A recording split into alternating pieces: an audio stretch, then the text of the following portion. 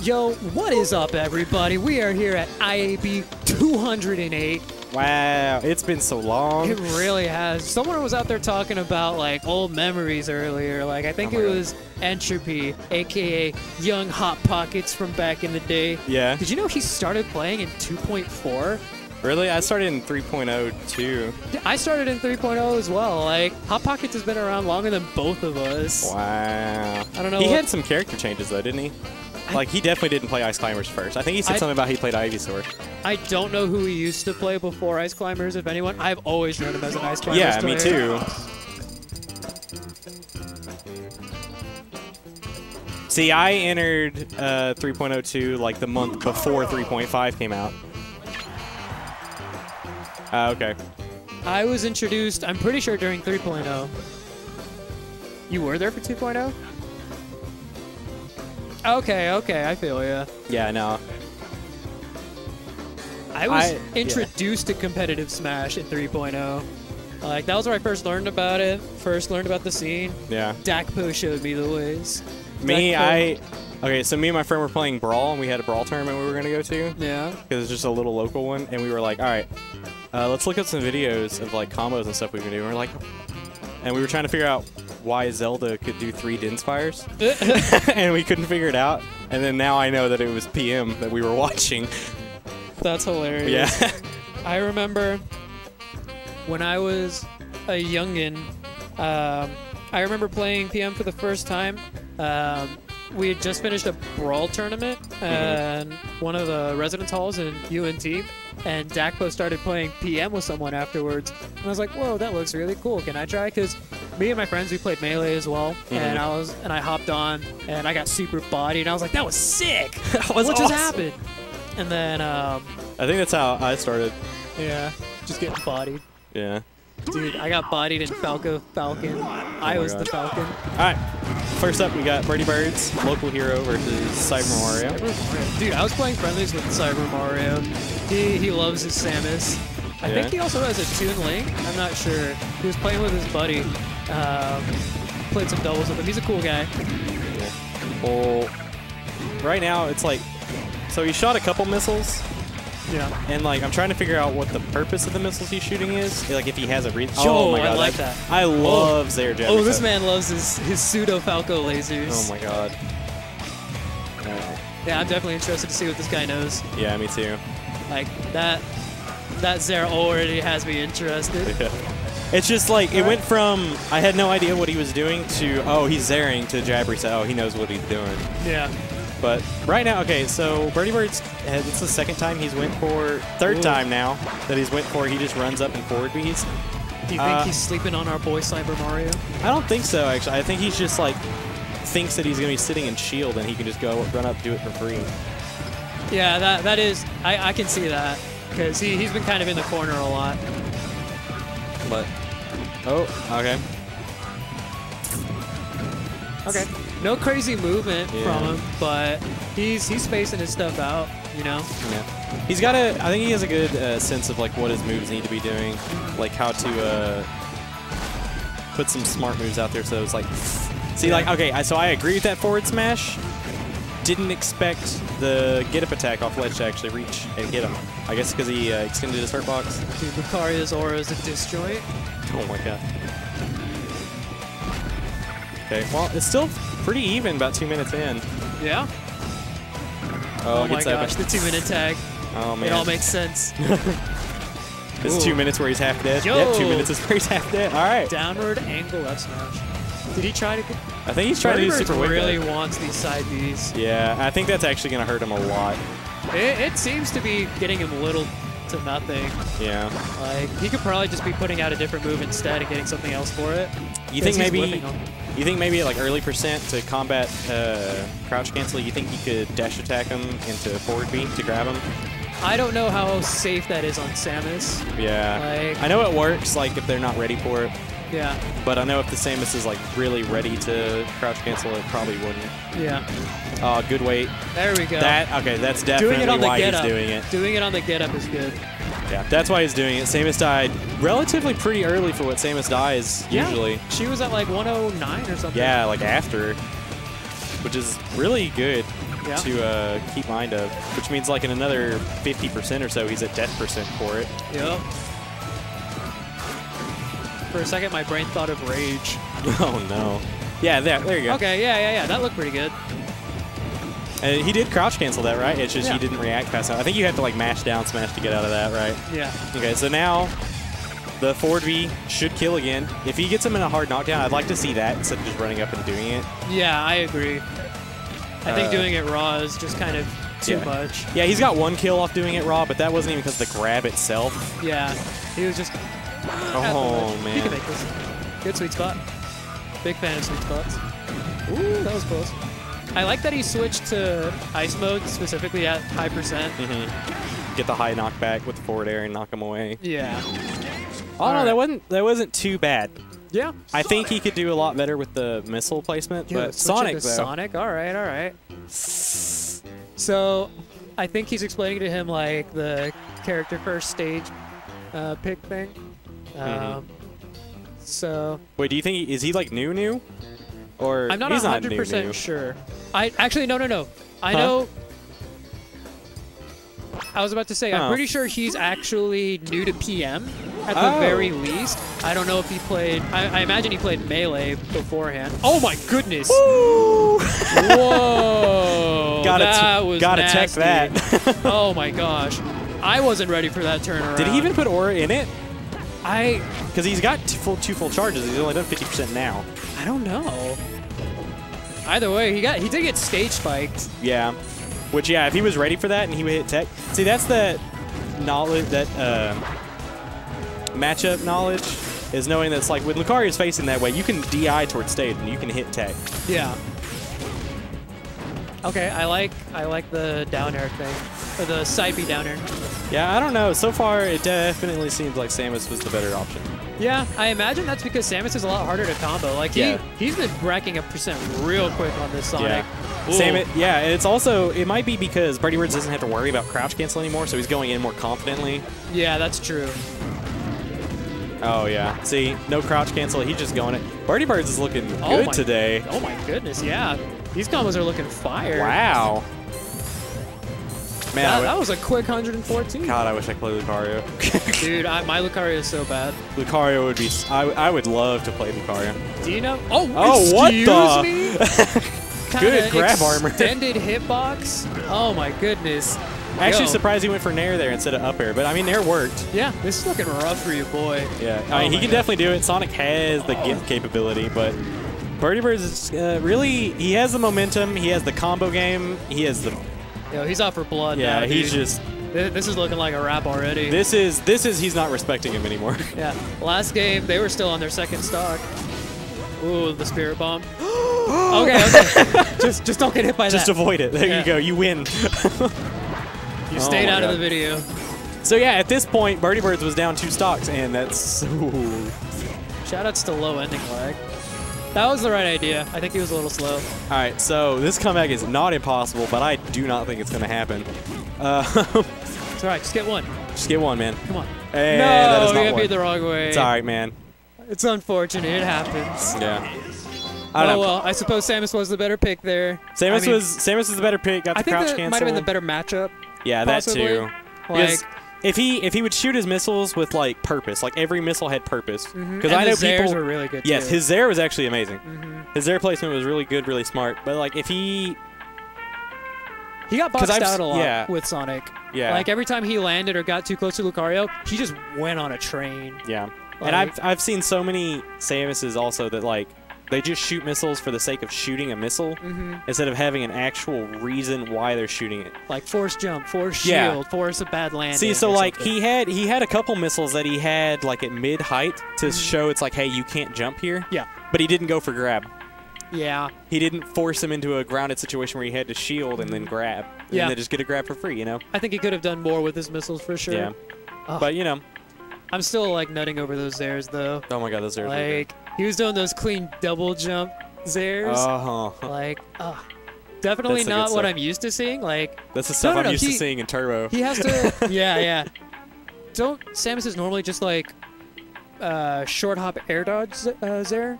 Mm-hmm. Yeah. I So feel like, that actually seemed faster yeah, that's what I was thinking. and more consistent. Yeah, because I was like, man, I wonder why Samus do the double or do the one hop when apparently double jumping is just faster. Yeah. She looked like a double jump cancel character for a second. I thought that was If only hilarious. for Zair. Yeah, But right. she had it. Oh my god. I'm But also all in all, that wasn't that bad. yeah.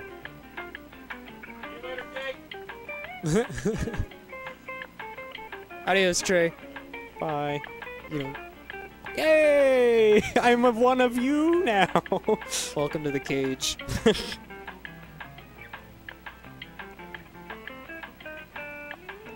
I'm honestly a big fan of this like outro music. Oh yeah. It's so smooth.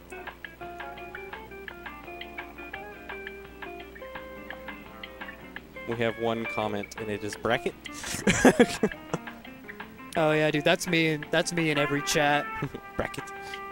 I'll say bracket, and then I'll immediately just like say so and so. That's it. So wait, now who do you have to play? I'm pretty sure Justin and I have doubles. Oh yeah, Although yeah. I probably do have a singles match. I got to buy first round, I think. Yeah, me too.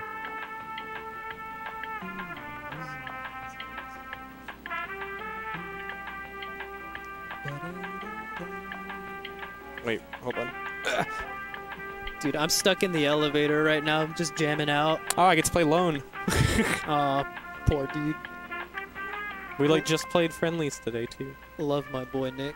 Oh my god, Nick is awesome. That man's determined. Where does he live? He lives in Denton. By himself? No, he lives with his brother and at least one other roommate. I don't know if he has like 3 roommates total, because counting his brother, or 2, but Yeah. I've met 2 of them. How far away is Denton from here? From FX specifically, it's probably like 40 minutes or so. It's not terrible, but Yeah, like, it's not 2 hours that it took me today. Yeah, exactly. I've been doing this strat where I come to Monday Night Melee and I stay at a friend's house here in Plano, and then like I do Lyft and Uber during the day while I'm here in Plano, and then I just come to IaB. Where do you go? I have a friend who lives here that I stay the night at. But like for the lift. Oh, You just in Plano. Wherever. Yeah, like wherever the first person in Plano takes me. And Oh, then- you just like take me wherever? Yeah. Oh, like wow. that's how Lyft and Uber usually work. Like it's a taxi service, you know. You take someone, you arrive at a destination, and if you're getting good business, someone will pop up next. All right. Good luck. All right, hop on. We got Stewed my dude. Snake. Ooh. Ah. Hello. I'm very, very frustrated. Why? So Wonder do? No, Wonder didn't do anything. Because I keep hearing people say Wonder did something. Wonder did not do anything. It was Snake. Oh, it was Snake. Snake in doubles, like trying to get through Snake's neutral. And what kills me most about game 1 is that I barely misspaced an up B when he was reloading his gun. I was just like, yeah, that's rough. So you got like the sour spot, and he just like, just went, hey, I'm here. Just like lunch money. And I was like, ah, no. Oh, no. Oh, no. Oh. So game 1 went that way. And then he did that little crawl attack thing where you can not really hit him at all. Oh, yeah. Into up tilt. And I was like, Flaffy's with CP9. It's got 2 tildes on the side of it. So it's little squiggles. It's important. It's not just CP9. CP9 is actually sick for an Olimar player. He did seem good. He took Soth to like game 3. Fuck, really? No, yeah, it was really, really silly. Like at Smash and Slash 4, we're all like, is Olimar about to be a top 10 player? Oh my god, they're doing it. Our tier's real. No, we gotta get that. I know. That priority. Also, the priority. Who's gonna win? They don't care. They're going off. What are they doing this for? I don't know. You know what I learned at Smash and Flash? Solid start. That's a hard beat. Ooh, 8 and 6. That's ooh, 8. Oh! Oh my goodness! Against the odds, they destroyed them. Justin actually evaporated, but now he's back. Wow! All right, so Snake gets port priority. The most horrifying part. He didn't even go for port priority against us. Huh? He didn't even care. No, he's just like, he went port 1 on us.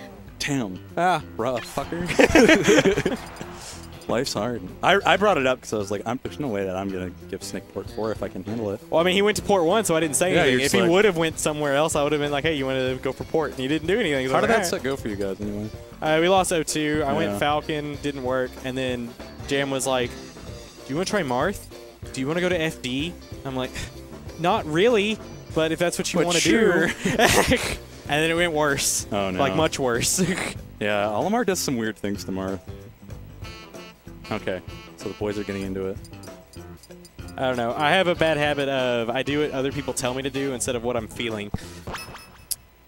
And it's really upsetting. It is risky. Don't do that.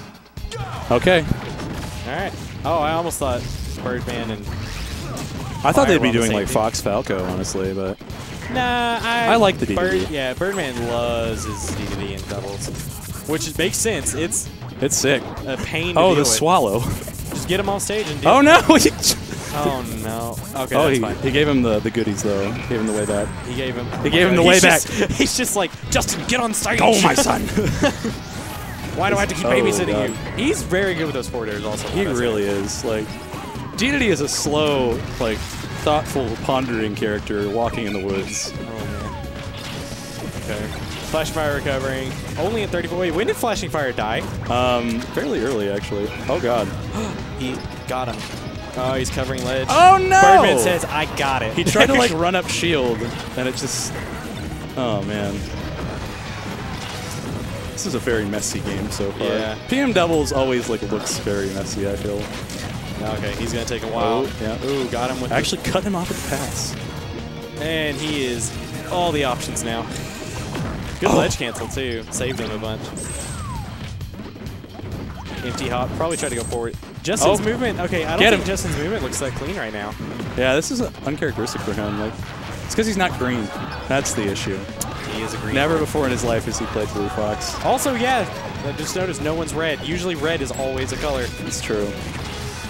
Easier to see. Right. Ooh, a little bit of a team kill there. Suck him off, put him off stage. Nothing like I like this strategy, but they're not getting the 2v1 time that they really want. All right, he's stuck. He's at 106 and he's stuck. He could jump high and die. Yeah.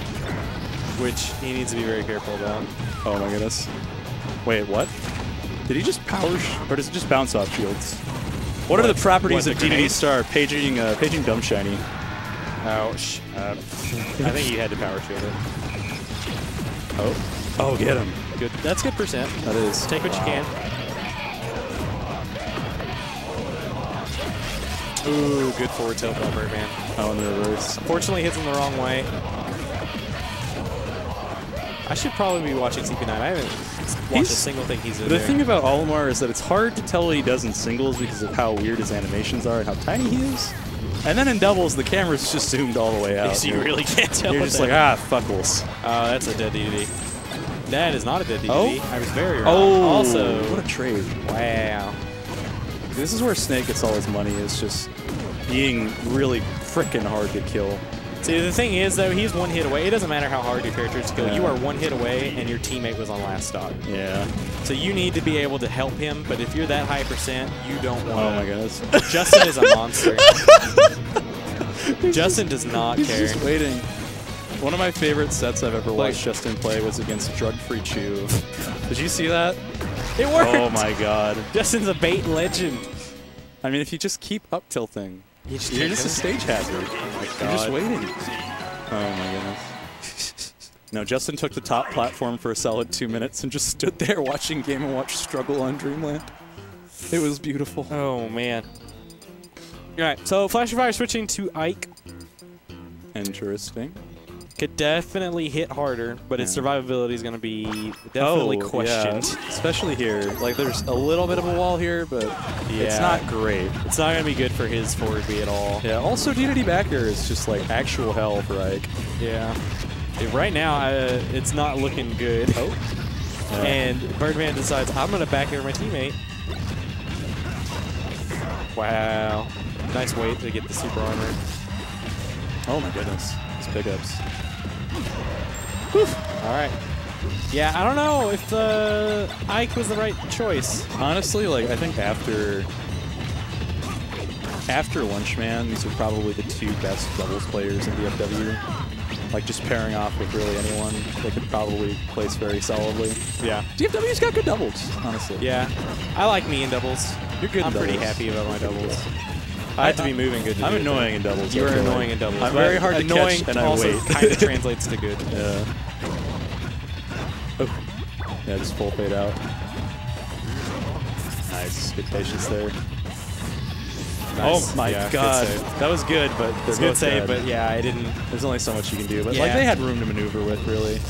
Yeah, they had high. They both had high percent, so it's not like it was he just got gimped. Yeah. I like how Arsenal's is just opting to go ahead and back air over and over again at Olimar. The character doesn't get to do much against that, in all honesty. Yeah. Alright. Okay. Oh, Good dang. shine. Dang. That is not a dead Olimar. Is now. Should be. No, he's got plenty of room. And That crouch cancel buffer No, roll yeah, was he's actually really, really solid. Oh. Can't quite work his magic. went for shield grab. Yeah. Got shine for it. It was a good cross up. He's just keeping it. He's making it so hard for a CP9 to like know when it's safe to act out a shield. Probably just like these timing mix-ups. Huh?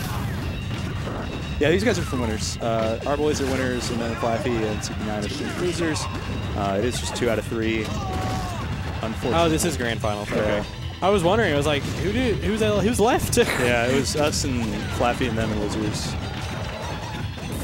That's very sad. It was very doable. Got that solid last place. I mean, out of 5 teams. Solid last place. It still sucks. It happens. But it's like also some very, very good teams. Yeah. Oh yeah, no, all the teams here today are like really solid. Yeah. What Oh. happened? What? Oh, sorry, hold on. Well, wait, I'll ask later. Yeah, They're just bullying Goodbye. Olimar. Yeah, if he makes this comeback, that's crazy. I don't think so. They're just yeah. shaming him. They're Like, what can you do against double aerial with Fox? oh my god. What are you doing? You do that. Oh my god, he's a genius. Look at him go. He's gonna edge guard both of them at the same time. Oh my god. He's not gonna edge guard both Jahani, of them. great SDI. Oh my god. No. Poor Olimar. Oh my god, even Purple Oh, did. get him! What happened? He just up smashed him inside of Deity's big God. squishy body. Purple just got canceled out with forward B. That was a good move. Should have worked. Maybe. But he's like, nah, Fox forward B. What were you saying? What happened to Rex and Jake? So they beat us in winners, and then we beat the losers. So Oh, wait, you fought them after us? Right? I think so, okay. yeah. Huh? We beat them where it mattered. Yeah, honestly, yeah. Losing in winners is... Losing winners is just Whatever. like cool. It just gives you more opportunities to get PR wins. Yeah. Yeah. That's what I remember. Well, honestly, being in losers, like the late half, that's when you're like, do or die. It's like, I'm going to knock some people out. Yeah. No. I remember when Sosa came by for Don't Sleep 2. Yeah. Yeah. When Sosa came by for Don't Sleep 2, we talked a little bit about like his run there, which was super sick, by the way. If you got Yeah, he was like in losers like immediately. he was in Dakpo, losers. Right? No, that was DS1. Oh, Yeah, different no. one. DS2 was where Lunchables knocked him out in semis. So instead of getting a win on Lunchables and then having to fight like just one other person to win the tournament, he instead had to go through from 5th place, like 5th place in bracket, and then push through Luck, Fuzz, Lunchables and Switch. Right? Switch? I think no, it was Malachi. Oh, was it Malachi? Switch didn't make it down to DS2. I don't think. I'm thinking DS1 again. Yeah, DS1 again. Man, DS1's DS1 was the great. only one I'm thinking That's of. where you fucked up Fearless. That was a good time. I almost got to do it again, Yeah. but that was the one tournament Aggie beat me in forever. Right before I got to play him. Yeah. That was so sad, dude. I Yeah. just wanted to play him. I didn't even care if I won. I just wanted to You play just him wanted to again. play him again. I wanted to Just see do if it was a fluke. Yeah. And now I'll never know. It's Until always another opportunity. fucking a year Just later. travel. I want to. If you can, get the opportunity. I know it's Try. hard. Money is a pain. It's not even money. It's It's time off. the job. Yeah, Yeah. it's time off. Damn. That's rough. I'm lucky I'm getting LTC 6. I'm very excited to watch you perform. I'm not. Oh. For me? All my ice climbers! That was 3 words. You could have just said ices. Okay. All right, Hunter. All right. Philatises. I was thinking Phil the Melee commentator. And I was like, wait.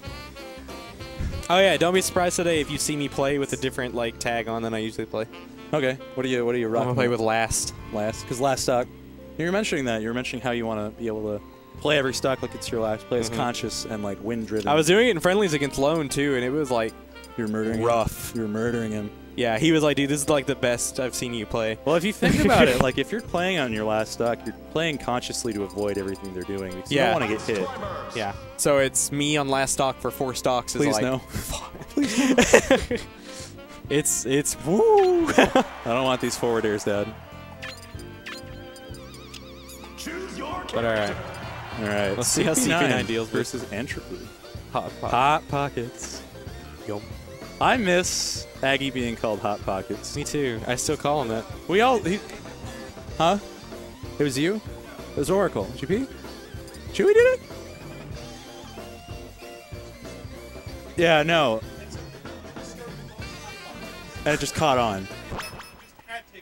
That's beautiful. Oh, Oh, yeah, that's because funny. he was like, you've got like that sort of Lunchables style brain, but you're not quite Lunchables. Yeah. You're Hot Pockets. You're not quite as Yeah. good. No, he used to go by Suicide Bomber, which is not tasteful at all. No. And so we're glad that has stopped. We're But glad that's over. he's betrayed us all by deciding to become Entropy. And I've got to big disagree with that in all honesty. Oh my god. Oh my goodness, it's gear reversals. Whee! You blow that whistle, baby. That's so cool that move that you can be reversed to get some momentum. Yeah. I mean, you gotta pull out everything you got. Like Yeah. the little pluck space jump is important. Mm-hmm. Look at those ledge dashes. It's like a tiny third jump or a tiny second jump. Okay, so with this matchup, not too often seen It's also awful. for Olimar. Yeah. Yeah. I mean, Because- he's at that combo weight where he just gets down He and just reset. He also just gets down through by Sopo. Oh, does he? Yeah. Oh no. Heck. Oh no. I So didn't realize even, he was even like if milling Mana Sheik gets weight. killed, he just Well, you can even just dash forward and keep the chain grab going. You don't even have to set up for anything. it doesn't matter. You can just hand off to ledge that way, Yeah. unless they DI behind. So at least I'm pretty sure, and I'm sure if like he DIs so far out that he can't get a regrab, he should just be able to get dash attack.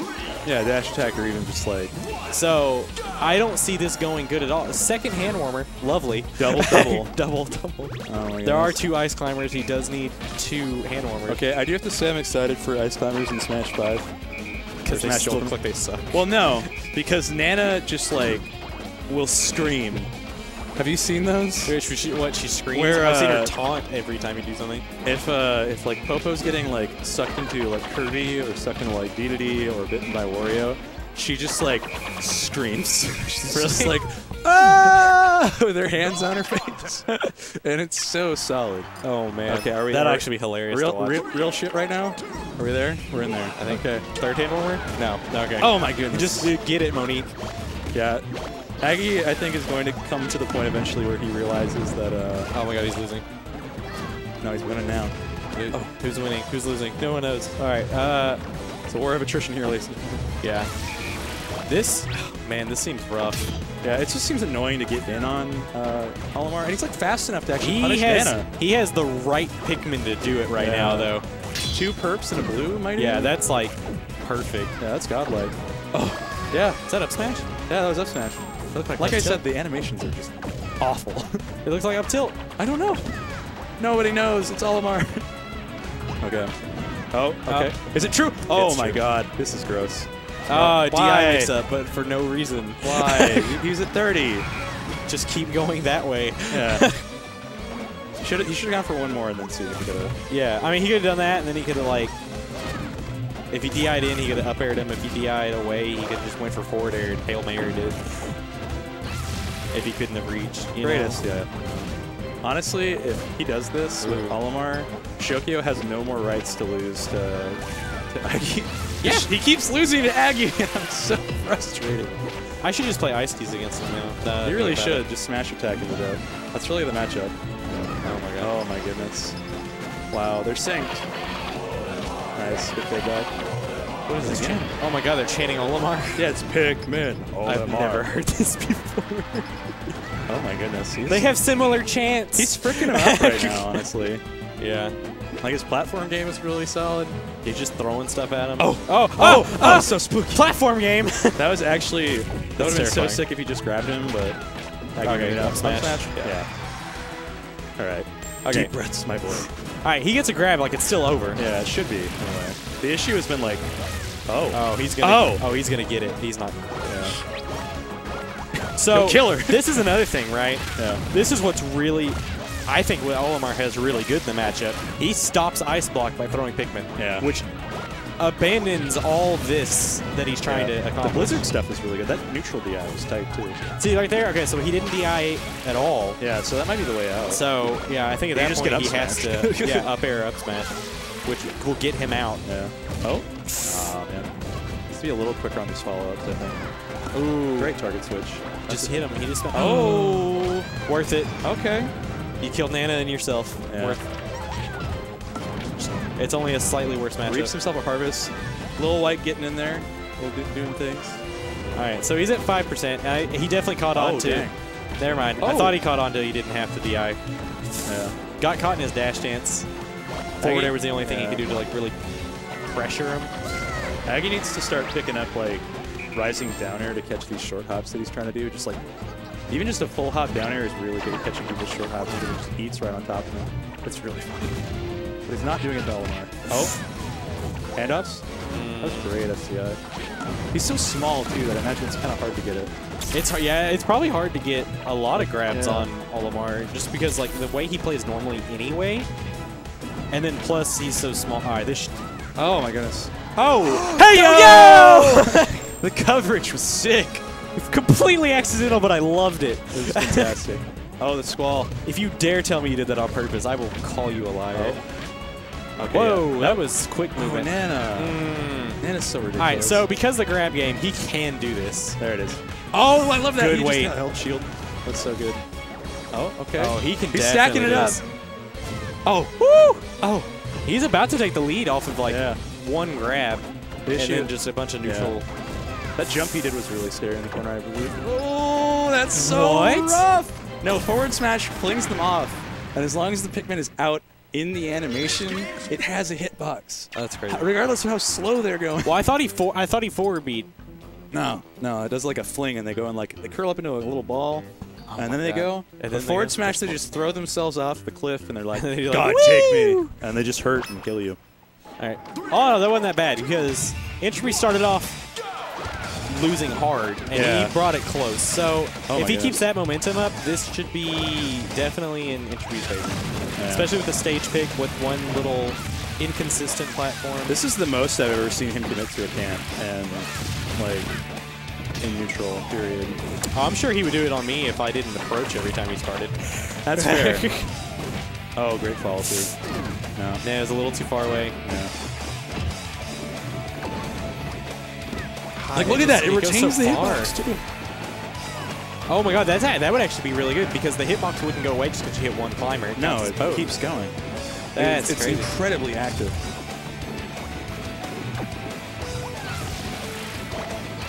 Wow. Yeah, CP9's playing this safe.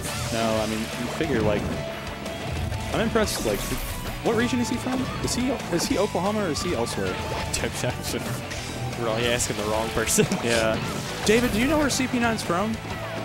David, do you know where CP9's from? Is he in Oklahoma?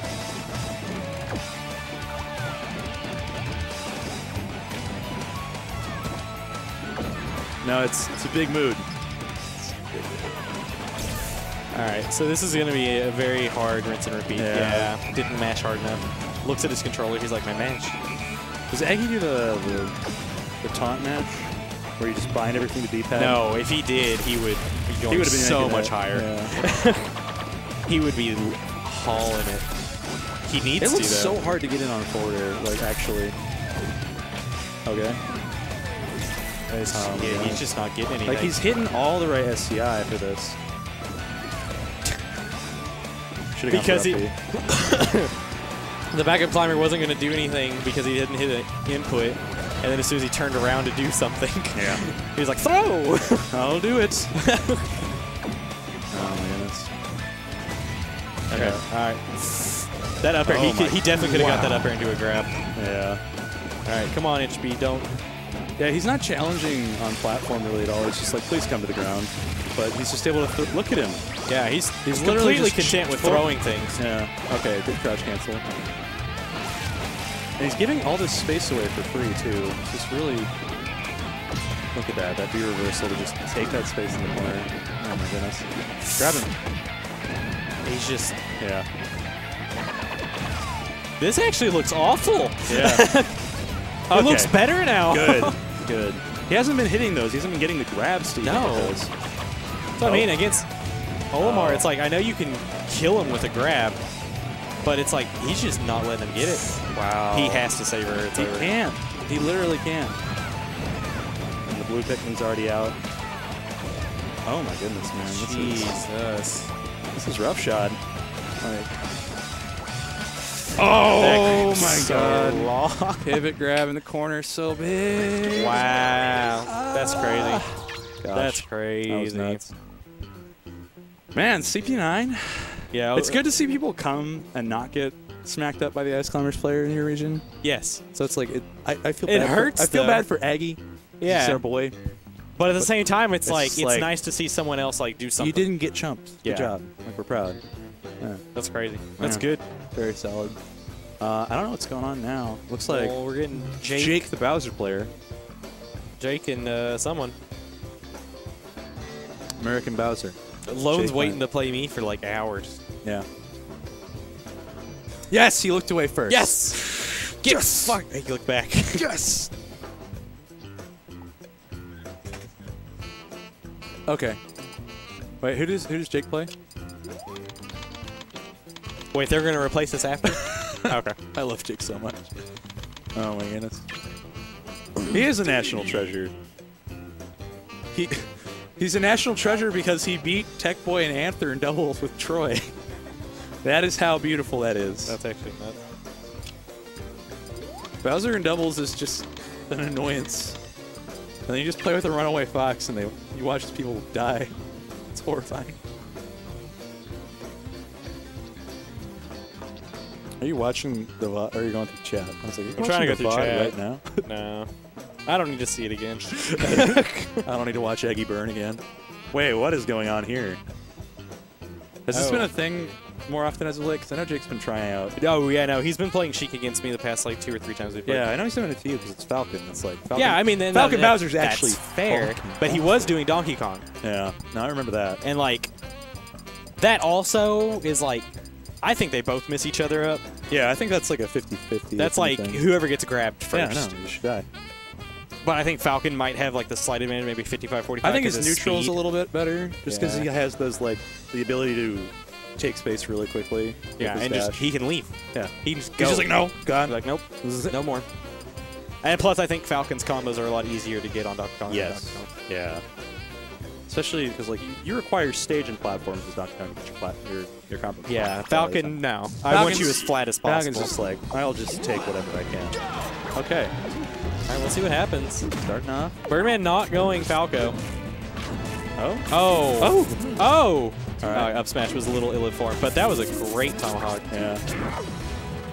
I like. Oh, okay. That run turn was so spooky. Gonna get grabbed. What do you even actually? What do you even do as DDD in this matchup? I'd imagine you just try to Outspace him and Yeah. wait him.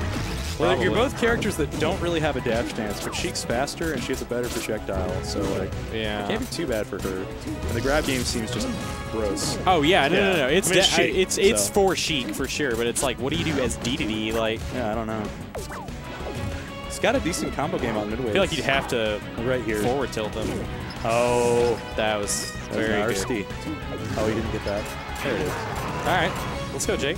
Kill him. Kill him before he breathes. Yeah. Okay. I'm liking the buffered roll after forward tilt. Yeah. And how Jason uses that as a command grab is just beyond me. Oh my goodness. Yeah. Oh, Big good shield. Spiky Italian Gordo. Alright. So I like. What I really like. I actually don't know. That was like the softest dash attack. Yeah. No, like the waddle just like barely bounced off of the collision box. I think Yeah. it hurt him. It was so soft. It was. It's like a downy bear. I mean, look at him. Look at his furry little. Oh my God, goodbye. This he's so Birdman had really good coverage there and got a bunch of percent. Yeah. It's like, It was a really convenient waddle. yeah, right in the right spot for him to do a lot of mix-up. Solid DI. Oh, he chooses not to do. That's a good mix-up. What? Usually, well, he didn't waddle dash. Yeah, He yeah. threw it in the right spot, did the jump to bait that he was going to, and then just didn't do it. Good up air. Very good recognition, because a lot of people go for forward air. And forward air, like, it could have killed in that situation, but up air, like, for sure. Yeah. Sheik kind of loses a lot of the same kill confirms that she does in this game due to how her back and forward throw, her back and down throw are like 75-75 mix-ups for her. Oh, Yeah. God. But, yeah. See, okay, that... Well, okay. he forced the jump out of her with the waddle. Yeah, and I was saying that earlier about Samus. Yeah. And it's like, when you shoot missiles, have a purpose. He had a purpose for that Waddle Dee. Yeah, he had to be there. Very Yeah. good weight. Hit him off stage. Keep the rinse and repeat going. Oh, Yeah. this Oh, he could be dropped a lot. it. Oh He my dropped God. Oh, he threw it really Yeah. forward. Ooh, good tournament win. Jake, okay, I think Jake's probably the best utilizer tournament winner. in It's because he's a DFW. Bowser player, Yeah. honestly. Like, oh, God. That was He a went fast for- mash out of pit stun, too. Yeah, Like, because he definitely went for, all right, he's going to have to tech. This will cover it all. yeah. He just landed in shield. Oh, he tried to get that. Look for that roll. All right, so do you really think he's going to say DDD after this? I I don't know. definitely I see don't Falco think coming. so. Oh, dang. Depends on how this last stock goes. He's got his... Yeah, he's got his poop. Yeah, he's definitely going to eat some Oh. percent for this. That was so good. Just a quick 40. It's 545, and I've got 545. Is that Smash Force you? Oh, my goodness. Just 4 days all day. All right, so yeah, not getting that edge guard Yeah, no. and going He's for that tapped down up throw so forward air, much. he's literally done as much percent as he had on him Yeah. because he didn't get that edge Okay. guard. So this, where it looked like it was going to be like a close last stock game, it's awful. He could have just down Oh, my smashed God, there. Yeah. Would have reached, would have killed. He's That's Tom. it. Oh, it's not it. He didn't put it. It's definitely not it now. Ah, the chain. Oh, he went for an accident. Yeah, there it is. Okay. Good DI, oh, though. wow. Back hit. Yeah, that won't work. Wow. Wow, that was Okay. good. Okay. Let's go, Jake. Sheik looking clean today. Yeah, no, that was tight. Yeah, definitely Yeah. going. Wolf. Wolf. Okay. Okay. I can see it. That's not a bird. He would beg to differ. Okay. That's not a bird. It's not a bird. I agree. It does fly. But he does disagree. Can you get me a water, please? Thank you. Ah! That's rough. That's your sponsor. You just ask for I it. know. You get it, right? Well, you get it because you're a commentator. Oh, do I really? Yeah. Yes. Get two. Get this man some hydration. Awesome. All right. So the wolf coming out. I bought a water earlier, but I don't know where it went.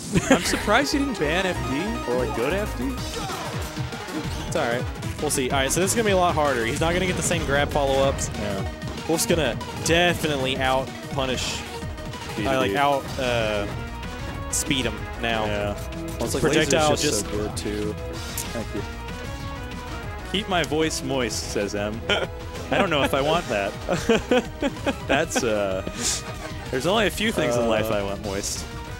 And my voice is one of them. Baked goods in general, depending on what I'm looking for. Oh wow, that's a ballsy. Okay.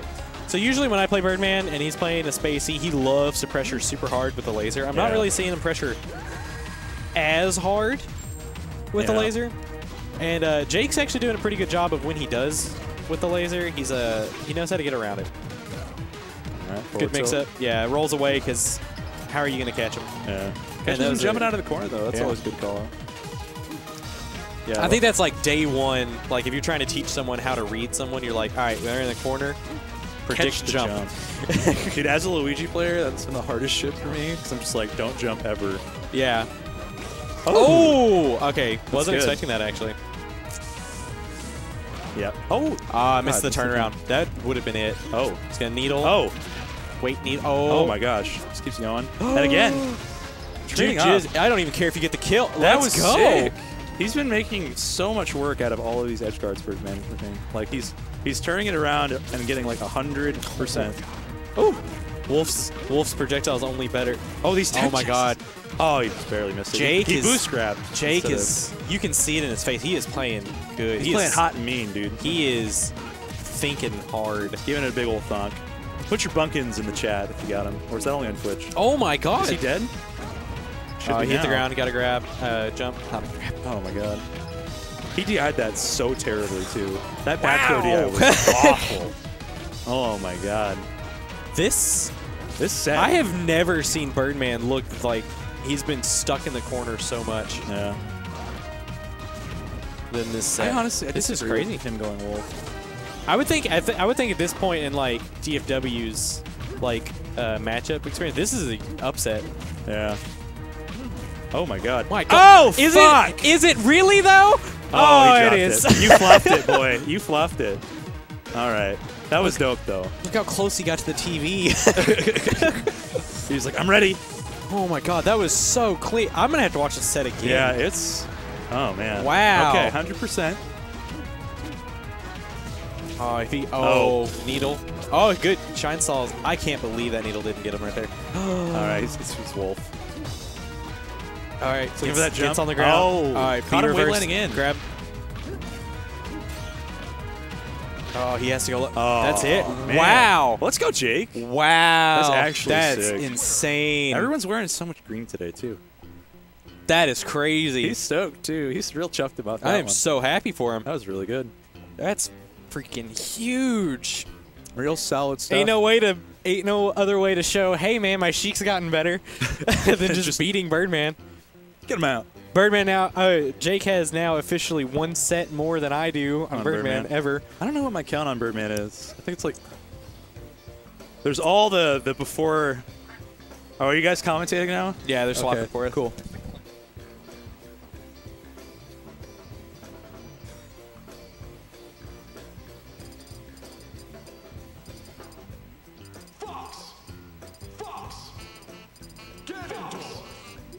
Ah. I can see that.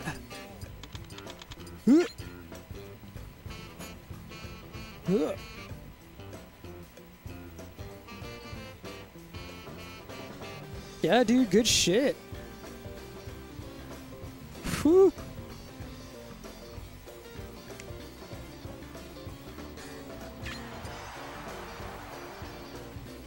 God.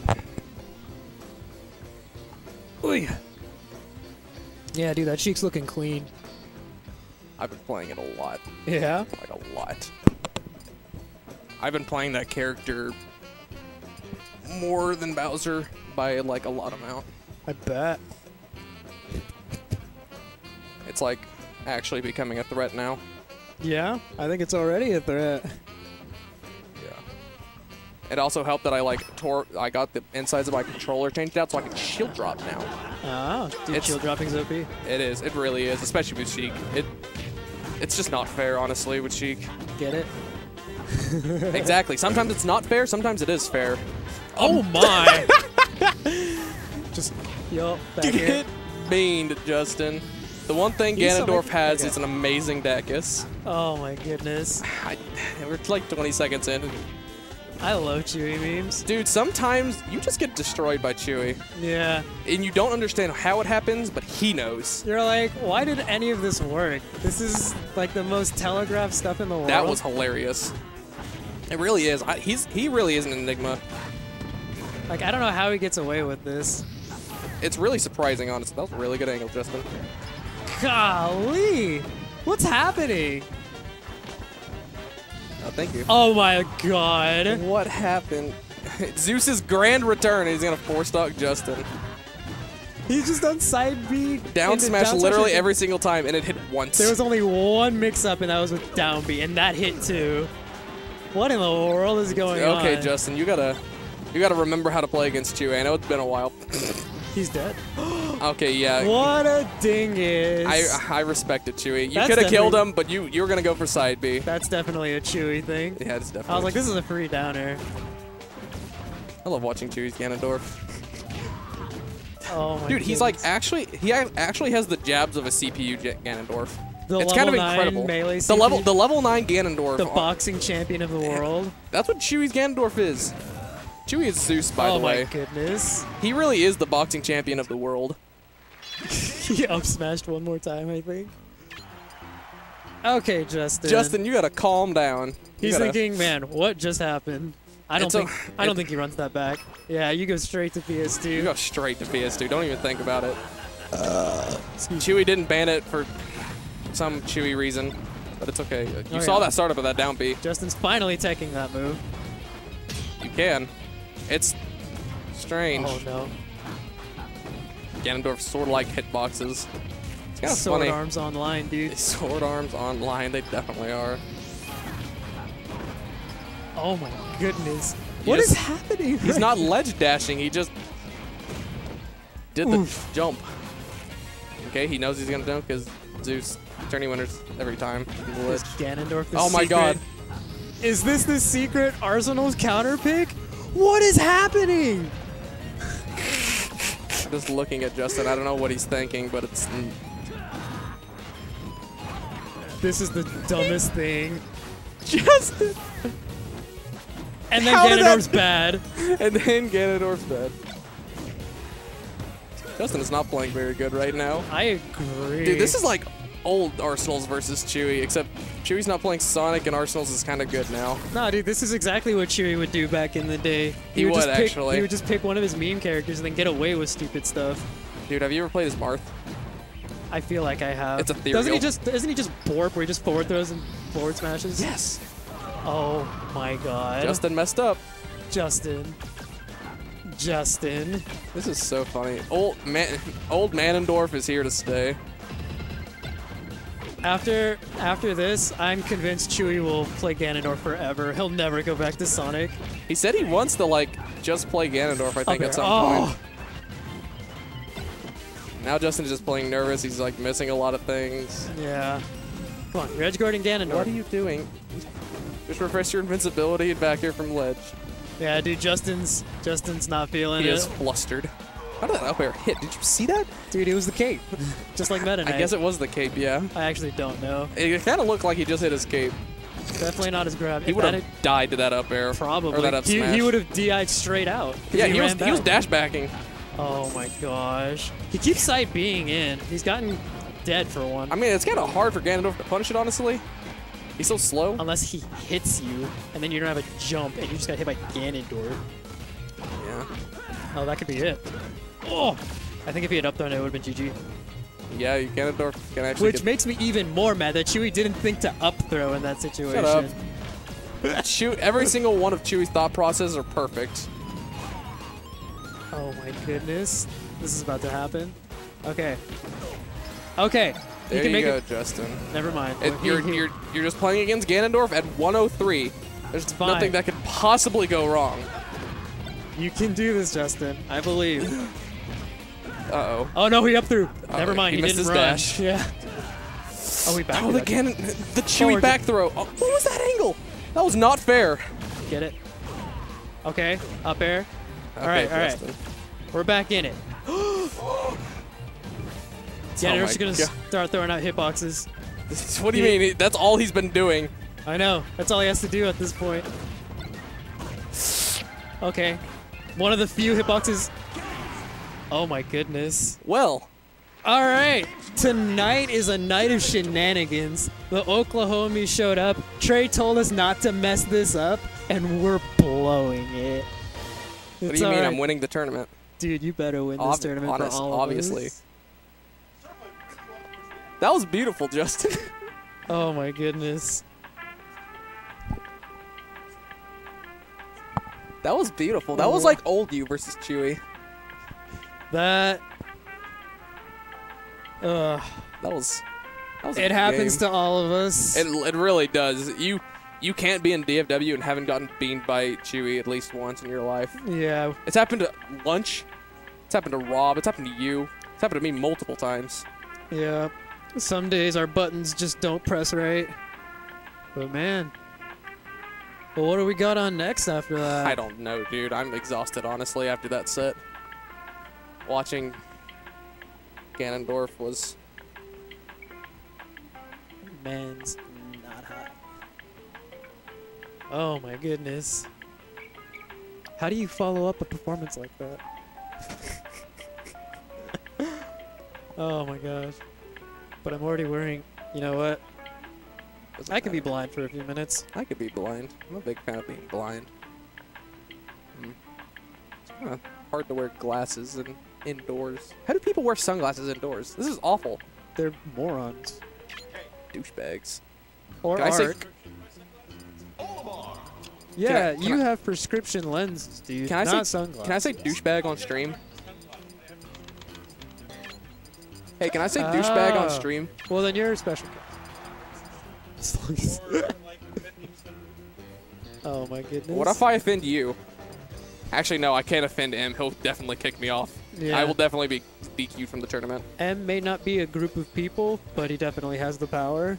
He definitely has the power. And it's like immediate power. He is standing right next to me. I am terrified. Oh, they're good to go. So we've actually seen this. CP9 played against None not too long ago Yep, at Optic Arena. There's a But- PM side tournament there, I believe. yep. But none did not know that matchup. Did I not. watched that set. He got fucked. It was painful. He got fucked. Like, it was interesting because None was like starting to figure things out. Like, he It was started too to late. realize. He started to figure things out when he was down 3 stocks to 1 in game what, 3? Game 2? Something like that. Like, it was just rough because He got quote unquote PM janked. yeah, dude. Don't quote me on that. He may as well have lost to Ganondorf's fair in that set. He did. Like, he just got zoned out by See, Olimar. I think Fury's gonna win this because he knows how to play against meme characters as Falcon, He sure and he's does. really good at it. Yup. I have never beaten his Falcon as Bowser, Ooh. and I'm convinced I cannot. Look, it's a bad recovery. God, Olimar's up B sound makes me sad. it's like it sounds pretty cool, but like God, it has such a negative association. Yeah, exactly. Like, if it was attached to something like What if it was Diddy Kong's up? What if Olimar Yeah, had if- Diddy Kong's up B? This character would be decent. no. If that little sound effect was attached to Diddy Kong's up B, that'd be cool. But it's not, and it's attached to Olimar, so it's sad. You just like Quite that sad. descending pitch. That's just Olimar's feelings. Honestly, Oh. that this Pikmin lineup right now is actually really good. Is it? Yeah. Yellow That's is like like- really good for That's breaking like out stuff, of like not true combos, And you can kill people with reds. Reds are powerful. Yeah, reds do damage, don't they? Yeah, they do the most percent. And then yellows, are they faster or do they do more hit stun? They're faster. They start up faster, like 2 or 3 frames faster than normal. Huh? They do electric damage. Yeah, I believe it does a little bit more. Yeah, I think it's hit lag. So they like when they're flowered, they do like they're really good comboing Pikmin. Okay, interesting. And I actually know like a lot about Olimar. I used to play him quite a bit. And then blue is all about throws. You do more throw damage and they go farther. Yep, extra distance on throws. He like three of his throws become kill throws at some point if you get flowered blues. But obviously you want the purple Pikmin because it's literally just Ganondorf aerials. Yep, and I think it has a bigger grab radius as well. Yes, blue goes farther. Because that grab just went pretty far. Yeah, no, blue goes farther. And you can also, little known fact, you can chain grab with Olimar. Yes. I actually think this matchup is not that good for Falcon.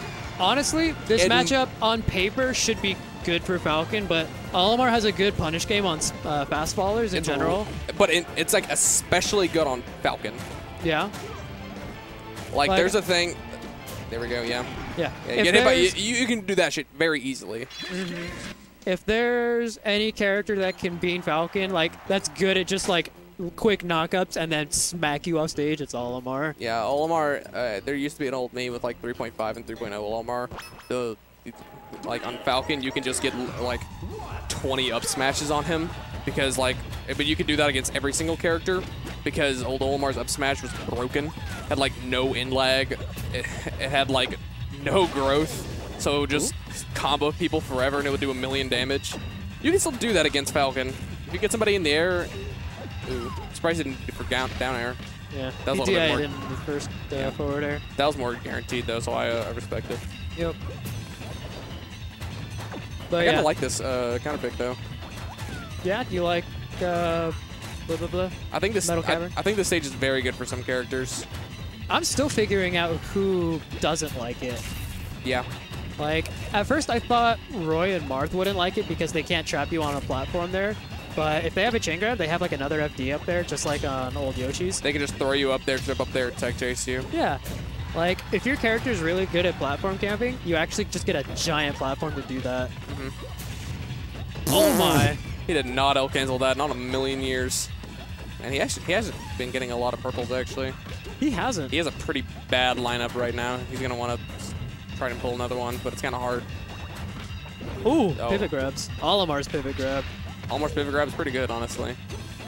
Yeah, we're at the ledge. Olimar actually has, like, really good throws, and he can chain grab people. So people don't think he can chain grab because it's like it kind of looks like a tether grab, but he definitely can chain grab people. Yeah. And it is a nasty chain grab. It's one of the reasons why Olimar's decent in the fast faller matchups is because he has good little knockups and like tiny disjoints. Yeah. The disjoints, they're really tiny, but they're still relevant. Yeah, yeah. They're disjointed enough to like be able to poke out Falcon if he's not careful. Yeah. But Nair is pretty good against every character. Yep. Olimar has a hard time dealing with like good movement. Olimar isn't as fast as the other characters, so ferrying people out is usually his go-to strategy for a lot of fast characters. One of his Pikmin just died. Okay. Yeah, and sometimes... I thought he was going to ledge cancel that. This is very bad for him. Okay. Sometimes Pikmin just die when you get sent off stage because they're programmed awfully. Yeah, they're a little silly. I don't even know how to make him good, honestly.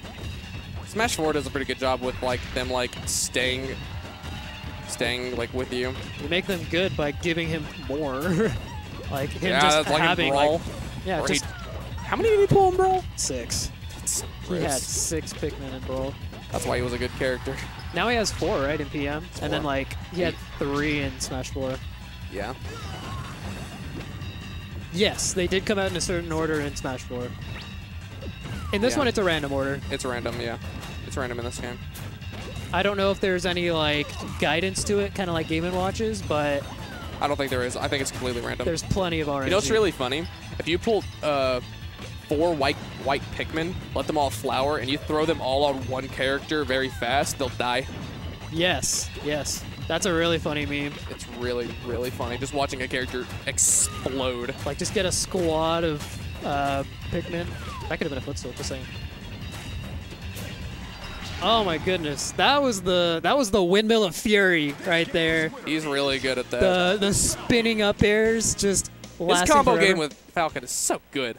Dude, This combo good with any character is good. Falcon's up air is pretty good. Pretty good move. Honestly, I thought he was gonna finish that combo like 2 up airs sooner, and then Olimar was off stage. He really wanted the big Still in hit guaranteed. stuff. Can't say I blame him. I think he made a right call. Mr. Game Mr. Oh my god. It's Snake. It's time to message. Tag. Oh, you know they're going for port. Oh, of course. Big fan. Snake, you have to. You should. Pray to the bucket break gods. See, they neither snap. of them 6, 4. neither of them pray to the bucket break gods. Dude, I swear, every Snake player has won that tonight. I think Wait, they no, he both- lost. No, he got it. Wait, Are you sure? No. Fluffy got 6. Stu No, got 4. Stu got 6. No, the black Game & Watch got 6 and the gray one got 4. Oh, I'm retarded. Yeah, yeah. The hard R. I'm retarded. He's gonna kick me out soon. We are the Sofa King Todd, dude. So, that's an old meme. That is middle school right there, boy. It sure is. Oh, Okay, let's go. Luigi versus Snake. Yeah, what do you think about this? In my brain, this is hard for Luigi. Like, my instincts, my animal instincts tell me this is difficult for Luigi. Yeah, like what's he gonna do? He slip slides around and what happens? And He slips into a bomb. and a lot of Snake's hitboxes go up. Like, almost Very every explosive move goes up, and Luigi does not like that. It's very easy. That was a really good grab though. It's really easy for Snake to keep Luigi in the air. Did he stick? Did Yeah, he stick? he stuck him a while ago. Okay. No, what are you doing, boy? Should not be attacking Snake while he is blocking. Okay, that's 2 This- trait. Unless you are like... Actually, literally nobody. Unless you have a projectile. Yeah, that and Flashing Fire has a lot of experience in this matchup. He does. Dill, best player in Oklahoma. Best Plays Luigi, Luigi. player. Yeah, Huh? I'm pretty sure Dill is, or pretty sure Flaffy's #1 right now. Is it? Unless Dill's Dill, like, Dill was #1 for a long time. That's yeah, all Dill I was know. definitely one for a long time. I feel like is Dude. Dill still active? I don't know. Neither do I. I know he was #1 in PM, and he was like #2 in Melee. Yeah. Was he really #1 or 2 in Melee? Yeah, he was like #2 or 3. That's crazy. He was, I beat him in Melee. How is he? What?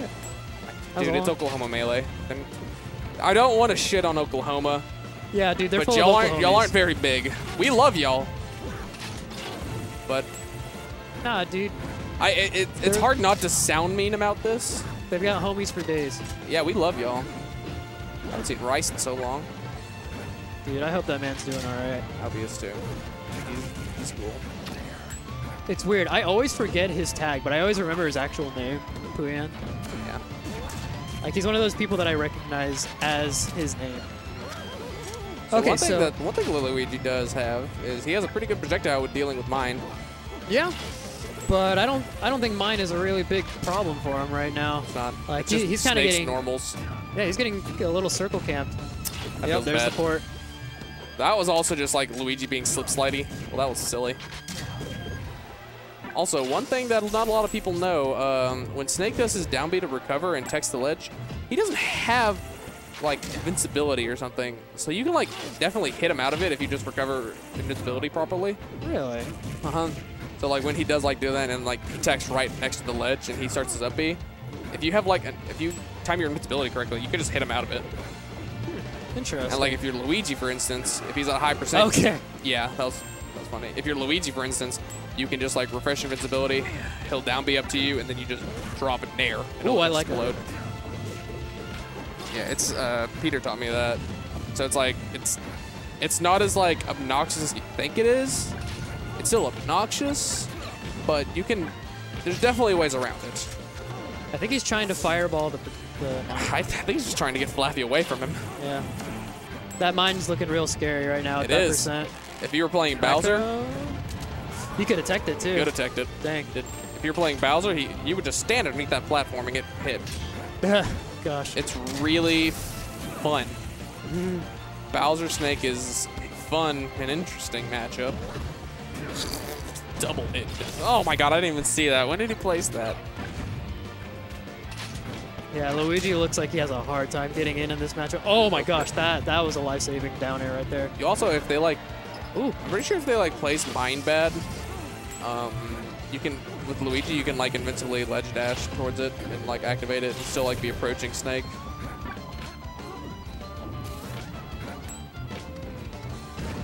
Yeah. That, Wow, is that really true? No, he had to like delay his tech.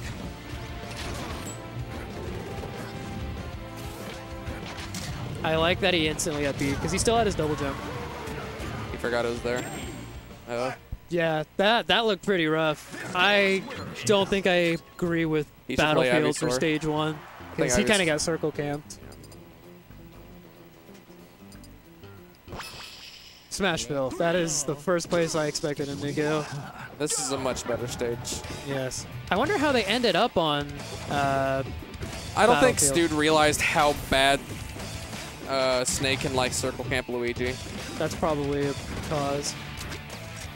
Dash Circle out. out. There we go. Okay, he got the grab. I think Stude is really good at his catching. He's really This could good be at bad. yeah. If he gets an up thing out of this, okay. Grab. I don't understand why more Luigi players just don't do up throw. I feel like Yeah. up throw's just really guaranteed on a lot of people. He's not familiar with Snake's tech length. Ian is really good at catching techs with up B. I like to play chicken with Snake whenever he has me stuck. Like, I say, you're going to detonate this on me and drop your kill so you can save yourself. Like, I just constantly force him off stage. Yeah, Unless he's that in a is definitely spot, the best play to do it. unless he's in a spot where I literally cannot hit him, I will be ready for him to just, or I will be ready to go out and edge guard him. Because that's one of the harder things in this matchup is edge guarding for most characters. Yeah, a lot of characters have a lot of trouble with it. Can't hear that. Yeah, Studebaker's not familiar enough. Get away! Yeah, and it doesn't help that we don't have any more, like, any relevant Snake plays. That was his jump. He doesn't have a jump, yeah. Yep. Yeah, we do not have any Snake players here anymore, so it's kinda hot. Yeah, Flashing Fire knows this matchup way too well, Yeah, for sure. and Studebaker does not. Yeah, I'm not seeing any, like, Luigi Snake specific tech going on here. It's a hard matchup, that is sure, but I think Luigi, like, can do it.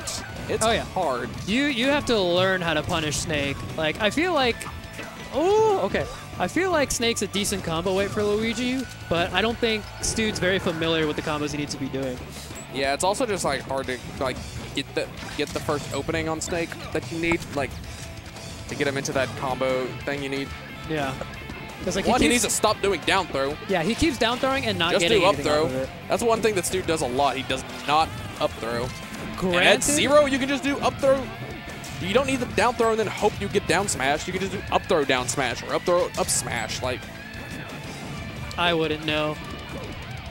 Definitely haven't seen up throw yet from yeah, Stude. you could definitely Nope. do it. He What? just up threw him Sorry, and I was he looking missed a away. follow-up. Yeah. I'm like 90% sure you can get something off up throw on Snake. Snake's heavy as hell. Yeah, my brain tells me it, but I mean, looking at that DI, that looked like it would have been pretty hard to follow up on. I don't know. We'll watch that bomb. He was dancing around that. Oh, God, Luigi's so slippery. Sometimes he just accidentally slips into a mine. Ooh, that was the latest back air. He's got the bomb. Okay. Wait, who had the bomb? Nope. Mine blew up.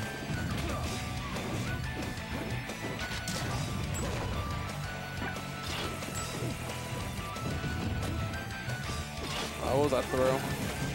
Nope, that's it. That was rough. Ooh, yeah. Batman's got that matchup down pretty good, it seems. does. He knows that matchup. That looked really difficult. Looked hard to get in, looked hard to combo. Flaffy's Looked probably- hard to stop getting boxed out. Flaffy's been playing against Dill for like 4 years straight.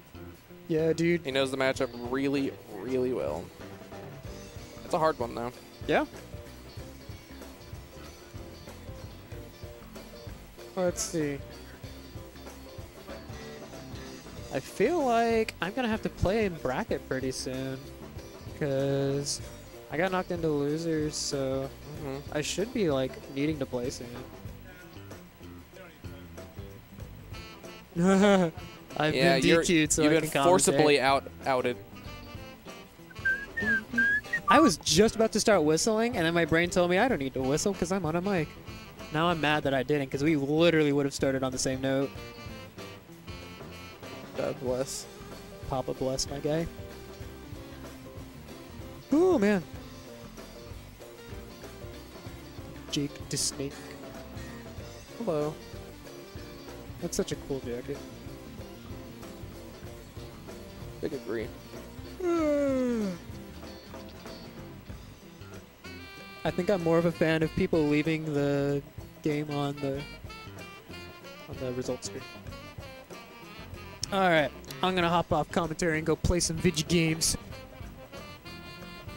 Oh, hey, look, it's a Nick.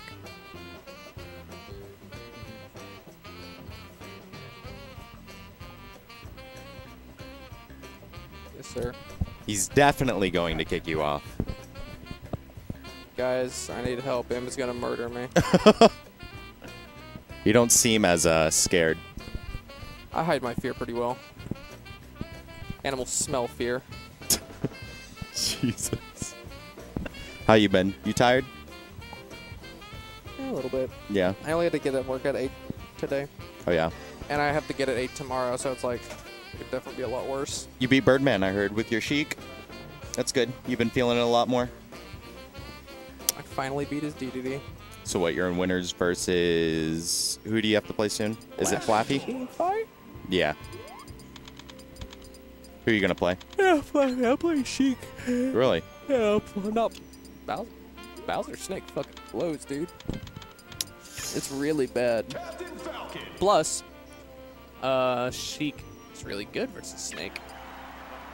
And plus, I'm just not playing Bowser right now. I'm just playing Sheik. Yeah. I don't like plan on playing Bowser in tournament at the moment because I want to. Explore my assets. Explore your assets. I just want to. Diversify. I want to make my Sheik better. Oh, yeah. Are you playing it specifically for Singies or for W's? What did you just fucking call me? Singies or W's, bro? Don't talk to me anymore. Don't talk to me.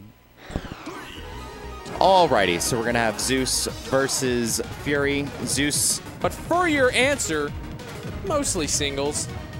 Oh, yeah. And if I get good enough with her in doubles, I will. My Sheik is all like a lot worse in doubles just because it's a lot more singles oriented right now. It's nice to see Zeus back. I love him. We probably won't be seeing him soon now that he's about to have a child. You ruined the surprise. Was that even supposed to be a surprise? This is exactly how this was going. Did you see Justin versus Chewy? Yeah. That It was pretty brutal. That was a funny set, let me tell you what. So, Fury has the last tag just so he can... He stated that he wanted to play as if it was his last stock every time. So he wants to play more careful, but with how... I don't know, how aggressive he's been, especially trying to get those kills off stage for the combo enders, I wouldn't say that's really benefiting him. Well, I mean, I think you need to do that. If you're playing Falcon, I think you need to have the goal to do that. Yeah. Because he has the ability. So if you're not using a very good tool he has, you're just not playing the character as good as you can be. I wouldn't say that specifically. I don't think it's risky. Because he does it very he doesn't do it very risky. He does it like, I don't think he does it when it's I think in the very previous two positions that he got killed at. Okay, at look, that, point, that was you just a definitely meme. did. No, you can't say that when it happens twice. That was, yes it does. Did you see Chewy versus Justin? He got memed all 8 stocks. Yeah, but that happens all the time. Not that bad. He's like leveled up. The child is granted him Yeah, even the more child power. granted Zeus strength. That's all he needed. The power of his firstborn. Plus, everybody's for. What is this combo? He literally just dash attack jabbed him across the entire stage and did like 90 damage. Ugh. That was hilarious. Oh my god. Plus, everybody's forgotten how to play against Chewy. Oh yeah, he's been gone for like 3 weeks, right? 3-4 weeks. Everybody needs to get like the math equation to beat him again. Oh yeah. Because beating Chewy is a math equation. We wiped it off the whiteboard. We didn't need it anymore. Yeah, exactly. But even like the Chewy that- Slayers, like that- Zeus and that- or not Zeus. I That mean, was a mistake. Troy. Troy was the person who usually took Zeus out of bracket pretty consistently. He was the one who figured out the formula. Figured it out, so he was Just play like a narc, dude. Just be Diddy Kong, stay in your shield, throw that banana. he was good at playing against his Sonic. Playing against Mr. Ganondorf is, dude. Like Chewy literally like plays like the level 9 Ganondorf. He's the boxing champion. His jabs have like a 90% hit rate. It's crazy. Look at this. He's hit like almost every single one. Have you seen him miss one? That's I pretty. haven't. That's pretty brutal. Was that 5? He's the boxing champion, dude. Who needs Little Mac? Oh. The only time he misses a jab is when he is out of the threat range. Yeah. Oh. It's terrifying. Zeus is scary. Yeah. Oh. Like who throws out a fair right there? Yeah. Even after you just got like punished for throwing out a fair. No. Zeus will continually throw out hitboxes whenever he is possible. That is how he plays. And if you don't know how to play against it, you'll die. I'm just glad he's not playing Sonic. I think he like says he wants to stop playing Sonic for some reason. I'm not sure though. I think it was Zach picked up Sonic and that I didn't put his skin on the build because he said I won't play Sonic unless you put my skin on the build. You haven't done it in a long time, Well, to be fair. Yeah, TBH. I also didn't put on Banana's skin, the Bananas in Pajamas. He doesn't play this game anymore though. Yeah, he said he would play again so that skin would get on the build. Hey man, play for something you're passionate for. I didn't know if you wanted them to wear banana suits or if you just wanted a banana pattern. No, do you not know about Bananas in Pajamas? Is that the Australian kids show? No. There are 2 bananas that live in a house and they just always wear pajamas. Really? Yes. And their pajamas have like little bananas on them. God. I do not know about children's this. shows have gotten... Actually, I think It's children's shows have Australian. always been weird. They have been, but it's also Australian. They're crazy. What are you talking about? The Australians had the Wiggles. That was the most normal like kids show I've ever seen. Yeah, but they called it the Wiggles. Yeah, now that you think about... Yeah, the pirate did have like a humanoid dog too, like That's in the disgusting. suit. There was I something... am right. You cannot battle me on this. They Also- have bananas in pajamas, and they have the Indian Ocean. They also have Peppa Pig. Wait, Peppa Pig was Australian, right? I can't remember, dude. Or was that British? I'm pretty sure it's British. I don't know. Peppa Also, who cares? This is America. This is America. This is America. Liberal scum. Huh? And Alan? What was? Really? That's dope. Barney? Oh, yeah, I knew that. You mean Arlen, right? From King of the Hill? Where Hank Hill lives? And his son and his wife, Peggy Hill, and Bobby. You know Arland was based off of Garland, Texas, Shut up. right? All right. Arlen is a real place. Arland is not a real place. It's Arlen, not Arland. I will kill you. Is it really Arland? Do not I'm quite fight me sure that one on of... King of the Hill facts. I have watched every single episode of King of the Hill at least 3 times. Arlen is not all a real like place. 16 Look up seasons. Arlen. It's real in my heart. That's all that matters. Because I know one of the writers, like the lead writers and it's producers. based off of Garland, but that doesn't it's matter. Garland, yeah. Which is literally like 20 minutes away from here. Arlen is real in my heart. The reason That's why where I the know Cowboys is play. because I had a lot of Laos neighbors. And Laos? yeah, Laos, like the... There are a lot of Laos people in Garland? Yeah, there are a lot of Laos people in Garland. That's really funny. So that's why there are Ocean. Laos people in King of the Hill. You mean one Laos? Actually, there's actually No, there's a lot of Laos people in King of the Hill. Yeah, there. Chain Wasana-san. Yeah, I don't know what you're. It's Chain Wasana-san. He's the guy. No. That I'm he talking. wants what? I was like, I don't know what you're talking about when you say there aren't a lot of Laos people in King of the Hill. There are. I had to remember the country club. Yeah, I was about to say. The Laotian Country Club. I don't know. That Hank got into because he was white. So the Laotian Country Club doesn't exist, but the Garland Country Club does exist. There are a lot of Laotian people in the Garland Country Club. Do you know where there's a high school, Saxe High School? Saxe, that's yeah, cool. it's right next to the neighborhood where that country club is at. That was sick. Oh, that must be where all the rich people go. All the rich Laotian children. It's not really. It's Okay, not really. never The mind. country club is like. It's like the It's one. like that poor middle class country club. It's the country club that poor people go to like feel good about it feel good about themselves. God, that. Oof. Look, that sounds really mean. I don't want to say that anymore. What? Hank Hill got into a country club because he was white. Anything is possible. He got into an Asian Laotian country club. What a good episode. Do you remember? That is the Zeus edge guard. Oof. How did he get? Oh my God, my that is Lord. the Zeus back throw. He is so good at back throw memeing people. I'm so It's sorry. so Fury hilarious. loves looking at me when he like does something really sick, or if he just gets like bodied. He just looks at me and then has like this most shit-eating grin I've ever seen. Yeah, that was gnarly for sure. Oh yeah, he's just trying to shark him with those don't up try airs. and But he's shield. getting ambitious because Zeus is just at the ledge. He's doing the He's doing the I'm gonna back throw and kill you. yeah. He's gonna do. I'm gonna back throw and then just forward tilt you. And it works every single It's- time. yeah. Because Who does that? who knows that Ganondorf's back throw is a DI mix-up? Nobody. It should be a DI mix-up. No, it shouldn't. Yeah, you have. Honestly, it should. You have like down Ganondorf- throw or back throw. Ganondorf Like, sucks, dude. Character's garbage. because everyone expects the down throw, and everyone wants to. Yeah, everybody accepts the down throw because there's no reason you shouldn't down throw because it's broken. And that's where he gets you. You chain grab people to infinity. It like is a kill confirm on Puff at like 80. Who kill confirms off of a grab on Puff at 80%? Literally That's so nobody funny. except Ganondorf. But you can't grab Puff because he's like. Because this grab sucks because he's like 8 feet tall. What is this? That's Ganondorf trying to grab people. He grabs them up here. He This is doesn't grab grimy. them down here. He like grabs from his armpit. Ooh, I'm a big fan. It's Yeah. good to see Zeus back. Don't test me on King of the Hill knowledge. I will destroy you. But you didn't know it was based off of Garland. I did know that. I was testing you. Not even close. No, Arlen is real in my heart.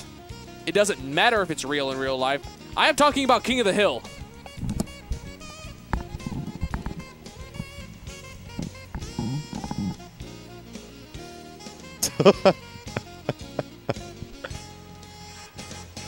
Do I look like I know what a JPEG is? Yeah.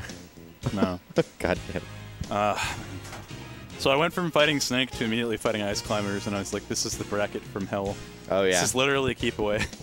But I did it. I was so close to beating Entropy again. Dude, you could have done it. Yeah. I know you can. I beat him. You beat him a few weeks ago. I remember Yeah. It was congratulating like 2 you or for 3 that. weeks ago. So. Yeah, I was like, that's my boy.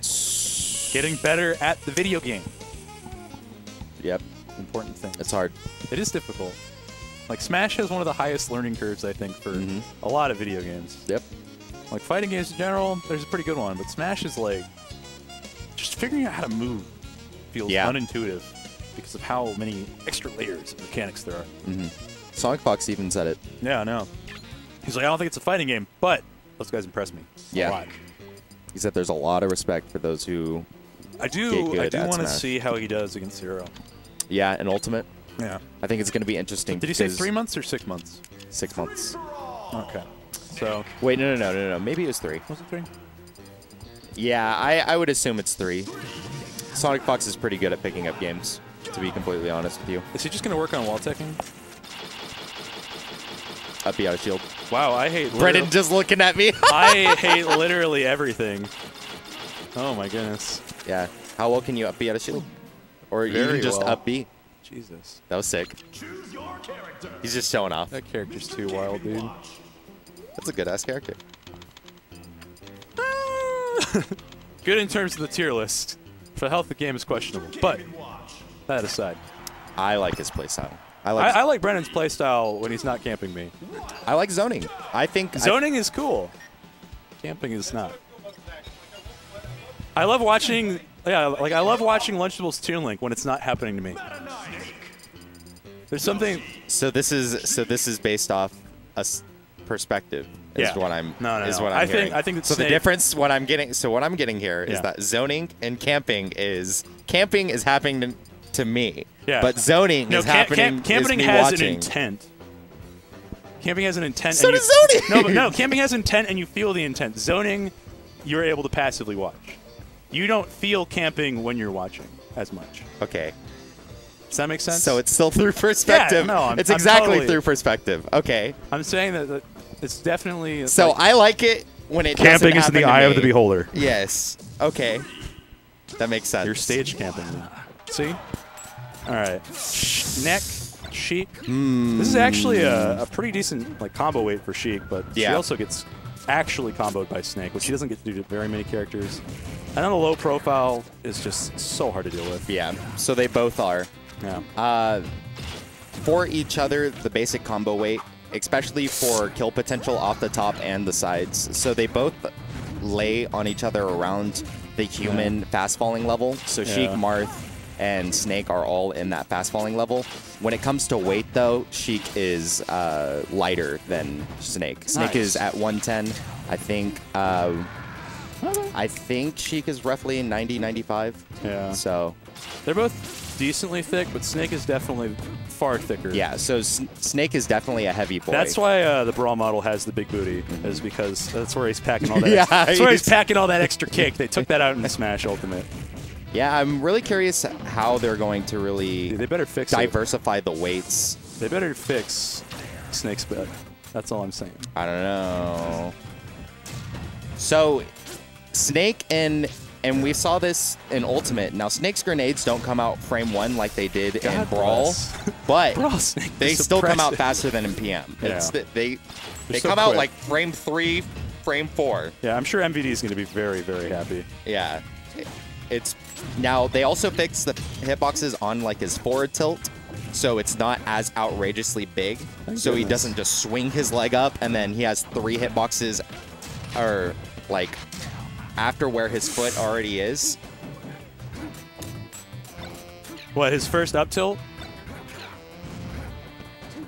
Oh, yeah.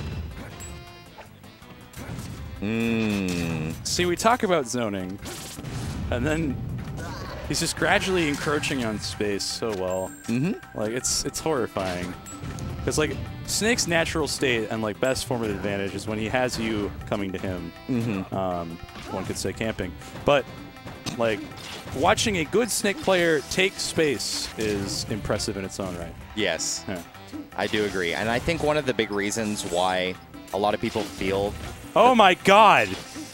He just grenaded off the wall and made it back. That cheeky fuck. so one of the reasons as to why I feel that Snake's potential, especially in a platform fighter, of why taking space, especially with his like format of zoning, is Dude, he so highwayman impressive. space. Like, he fucking grabs it from you. It's because there's no like really good way of avoiding the pressure that Snake ensues vertically. The best way, and the way a lot of Smash players really realize on how to like get away from pressure, is dash back. Yeah. And that's what we usually see, especially if he has like down smash already planted or a mine in the area. No one's Yeah. going to run forward from it. Yeah, so you don't get to, like, take it. And as soon as you do give that space up, he just gets to come in and reset it. because you're not a multi-jump character, there is no practical like Oh my goodness. straightforward, great vertical. Oh, he did. Yeah. No, yeah, you have to, like, jump most of the time, unless you have a projectile to get to him. Yeah. And even then, sometimes it's C4, or it's a grenade, or it's other Snake stuff you got to deal with. He's got an arsenal. One of the only good characters that I can like really think about that is able to deal with Meta Knights, or I mean, Meta Knight. with Snake's Shoots a Mate? spacing, is Meta Knight, is DDD. Peach is actually very good at encroaching on Snake's pressure. So anyone who has any form of like great vertical or Oh, the soft hit. aerial movement, I think so. That was really good. All right. Abjul's. He's looking really good, actually. Like, being able to beat Flaffy on Delfinos when he's got a wall to play with is, like, fuego. There's a lot of respect There's to be still had. a whole possible 2 games left, though. So, I mean, you gotta give it some time. Yeah. See And where it goes. it's limiting those options, just making sure that you can control the neutral through just regular chain grabs. And we saw that making sure to abuse the space itself on Delfinos better than what Brennan could really plant himself. Yeah. I'm a little surprised Abjul left this open. You know, typically, like, Sheik law says FD is a bad place. Please do not take me to FD. But I mean, it does make it to where you don't have to worry as much, and you can get a lot of straight up combos. Yes. But then you don't get to come down. You don't get a mix up on your recovery. Like, And this is where that snake game plan that we provided earlier comes in fact a lot better. There's no platforms to really escape that really grants you that vertical movement to avoid any form of snake's options. You're only given horizontal at this point. yeah, I don't know why he didn't ban this, though. Yeah. I mean, I guess we can chalk it up a little bit to inexperience with the character. It's like, I don't know. Like, his Sheik is good, don't get me wrong. But it's like, whether or not, yeah, see, right there, it's like, you don't get an opportunity to leave. And that was very smart. Brennan just calculating, making sure that he can gain this. Oh, those are the hardest hits. Making sure that he chose grab release as an option. Oh, he B-reversed the grenade. No, he does pick. that out of the tech all the time. It's actually wild. Yeah, that's something that I haven't seen just because Rex doesn't do it. No, Rex doesn't do it, no. Yeah, he does the gun. He does the B-reverse trank, but I like the B-reverse grenade pick way better. That was a really good drop down there, but it's still so hard to kill this kid. Yeah. Oh, okay. That's a higher ceiling than what we saw from Delfinos. So. God, that little bait. Yep, goes ahead and gets this grab. Ah! Yeah, he's fine. Yeah, See still now- playing on his island now. Okay. Mash? No, not quick enough. Too high percent, but still living. Grabbing See, that ledge. this is, yeah. It's like you're damned if you do, you're damned if you don't. You don't get Yeah, that's the coverage. low profile crouches. Ah! And that's one of the great things, especially having any form of third-party, like down smash, or any form of coverage. So we see that with like turnips being picked, or like any item. Like it allows you to solicit any form of option coverage that a normal character like Sheik. Who So has, when you say third party, do you mean like so an additional thing that you get to bring in? so any form of item that solicits as like a neutral object. So we see that with turnips. We see that with. Yeah, so it's like a free item. So if we see like Game & Watch's bacon, it still registers under Game & Watch's control. Yeah, but up smash doesn't. But up smash is like its own thing. Yes, up smash is its own thing. Grenades are his own thing. So Snake has third-party items, meaning that he can get damaged by him, and so can his opponent. Well, he doesn't get damaged by. Not by up smash, but no. by grenades and by his own down smash. Thankfully. So this character would be ridiculous if we didn't have to worry about the down smash. And it's just a lot of things that you're allowed to take into consideration just because some items are of the third party like quality, being able to, because they act under their own entity. Oh, that's big. Yeah. He's been trying to get to this point where he could scout for a landing there, and so what Abjul was doing was he'd really oftentimes just either use that full hop as an opportunity to charge needles and then either throw them if Flaffy'd occupied that space to stop him, but he was already at a percent where it was too late to make any change on that. So a little unfortunate there. He needed to get that recognition eventually. Goes for the boost grab. Doesn't nail it. Ah, yeah. That's going to be rough. Yeah, and just catching that movement forward with the stick. Oh, no.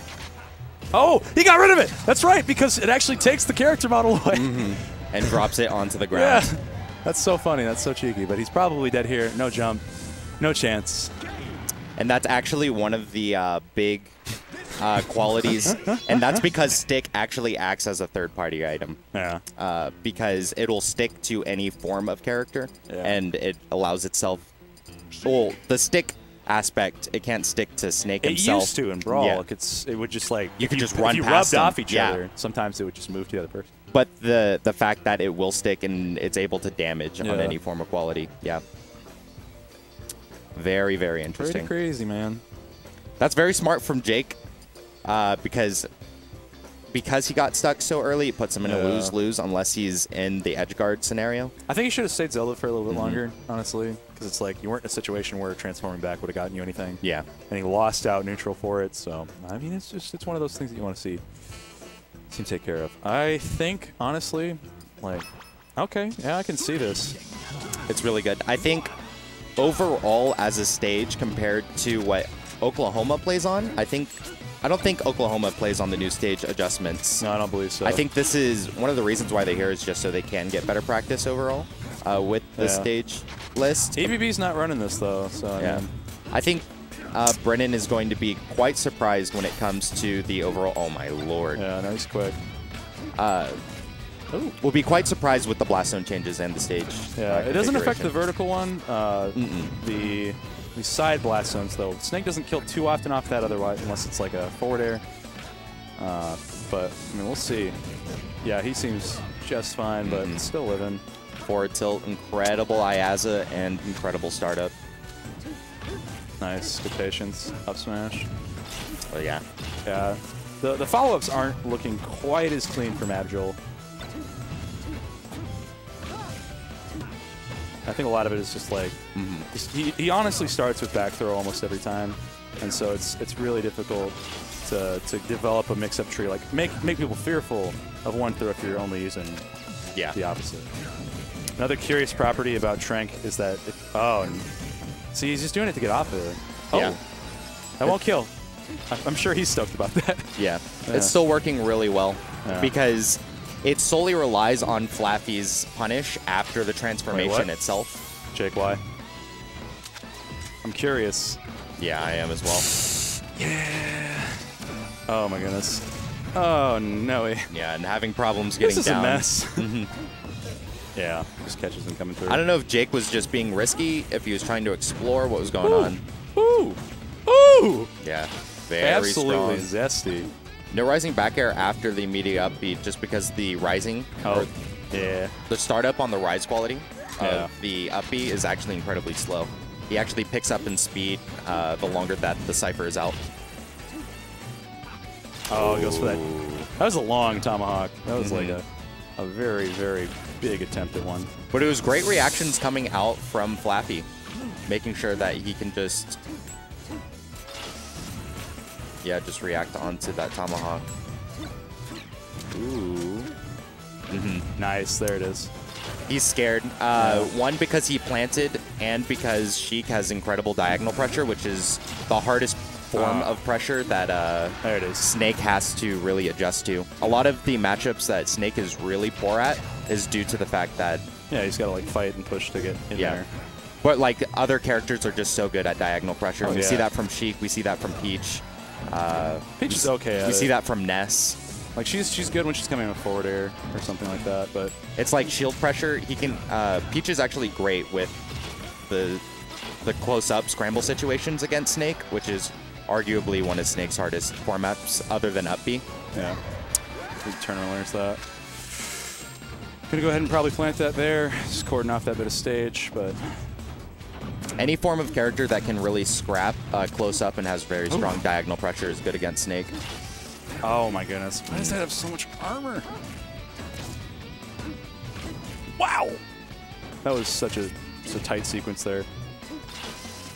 Oh. Well, yeah, that first initial hitbox from Cypher, it'll only take that quality off as long as it hits something. Oh. Oh! Oh! Yeah. Oh, he won the spot dodge war. Plant, trying to get it. Okay. Game 3, last stock. Good for that kill off the top. Yeah, I mean, we'll see. Oh, he's got a stick on him. Oh, man. See, he's just doing it in all these situations where it's like, it's not safe. My guy. Woo! Boy, you are playing... He only took 3% for that transformation, so it's not too bad. Yeah, he's got to be mindful. There's just... C4 is like... Dash attack. No, where is the C4? Did he explode it? Ooh! No, I don't know where it went. He didn't explode it. Oh, no, it just went away. Oh, no, it's dropped. It's in the center of the man. stage right now. Okay, this is where it's really scary. He's got to make it back. The ground is covered. Like, it is lava. Back air. One more kill. hit is going to kill from anywhere. Yeah. Oh, he gets the reverse. Oh, yeah. Okay. Oh, I think he went for the wall cling. Yeah. Yeah. Not like that. Okay, so Very top smart. 8 started off with that winner semi side. One side of losers quarters? No, losers eighths. Just finished up. I've got to go play losers eighths against Birdman. You got this. I think so. I think I can do it. I'm a little worried if he pulls out D2D. Didn't you win the last time you all played? When he went Falco, the last 3 out of 5 we played, I 2-0'd his Falco, and then he reverse 3-0'd me with D2D, and I was just like, I haven't played against this character ever. Yeah. I can see that matchup being really hard. I think. I talked about it with Dumb Shiny a little bit, and you just stand Fireball every waddle, Yeah. and you stop him from moving, and you don't let him burst, and you just run away. It's You hard. just play like a big bitch, and you Yeah. win. Like, that's the one thing about Luigi in this game that I'm like, I never want to do it, but if I got to do it. Yeah, I think I'll it's play going like to a be big hard. bitch. Just make sure All that. right.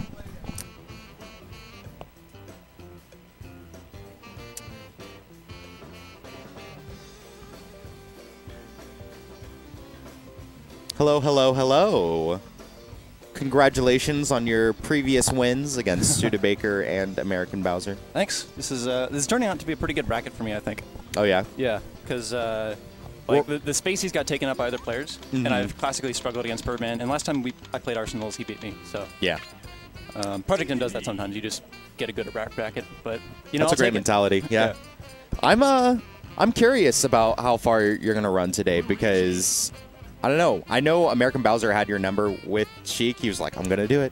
We're gonna hopefully get it." Especially with the first Delfino's win, I was very curious on. Yeah, he your definitely had a game adjustment. plan. Yeah, because like he was camping, right? And like that's not a bad thing to do with Sheik. That's a good thing to do with Sheik because like Snake can't really close the distance very fast, and you got needles. Yes. So I have to play patient. I have to crouch. I have to really capitalize on a lot of the punishes.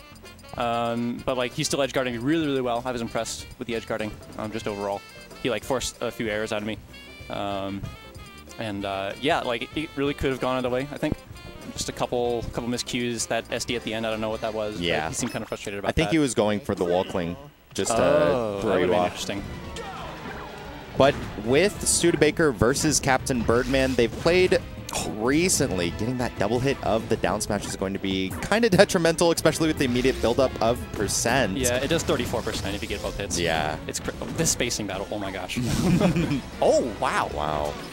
Yeah, and actually, so the comfort that Studebaker has with Birdman Spaceys is it's quite confident.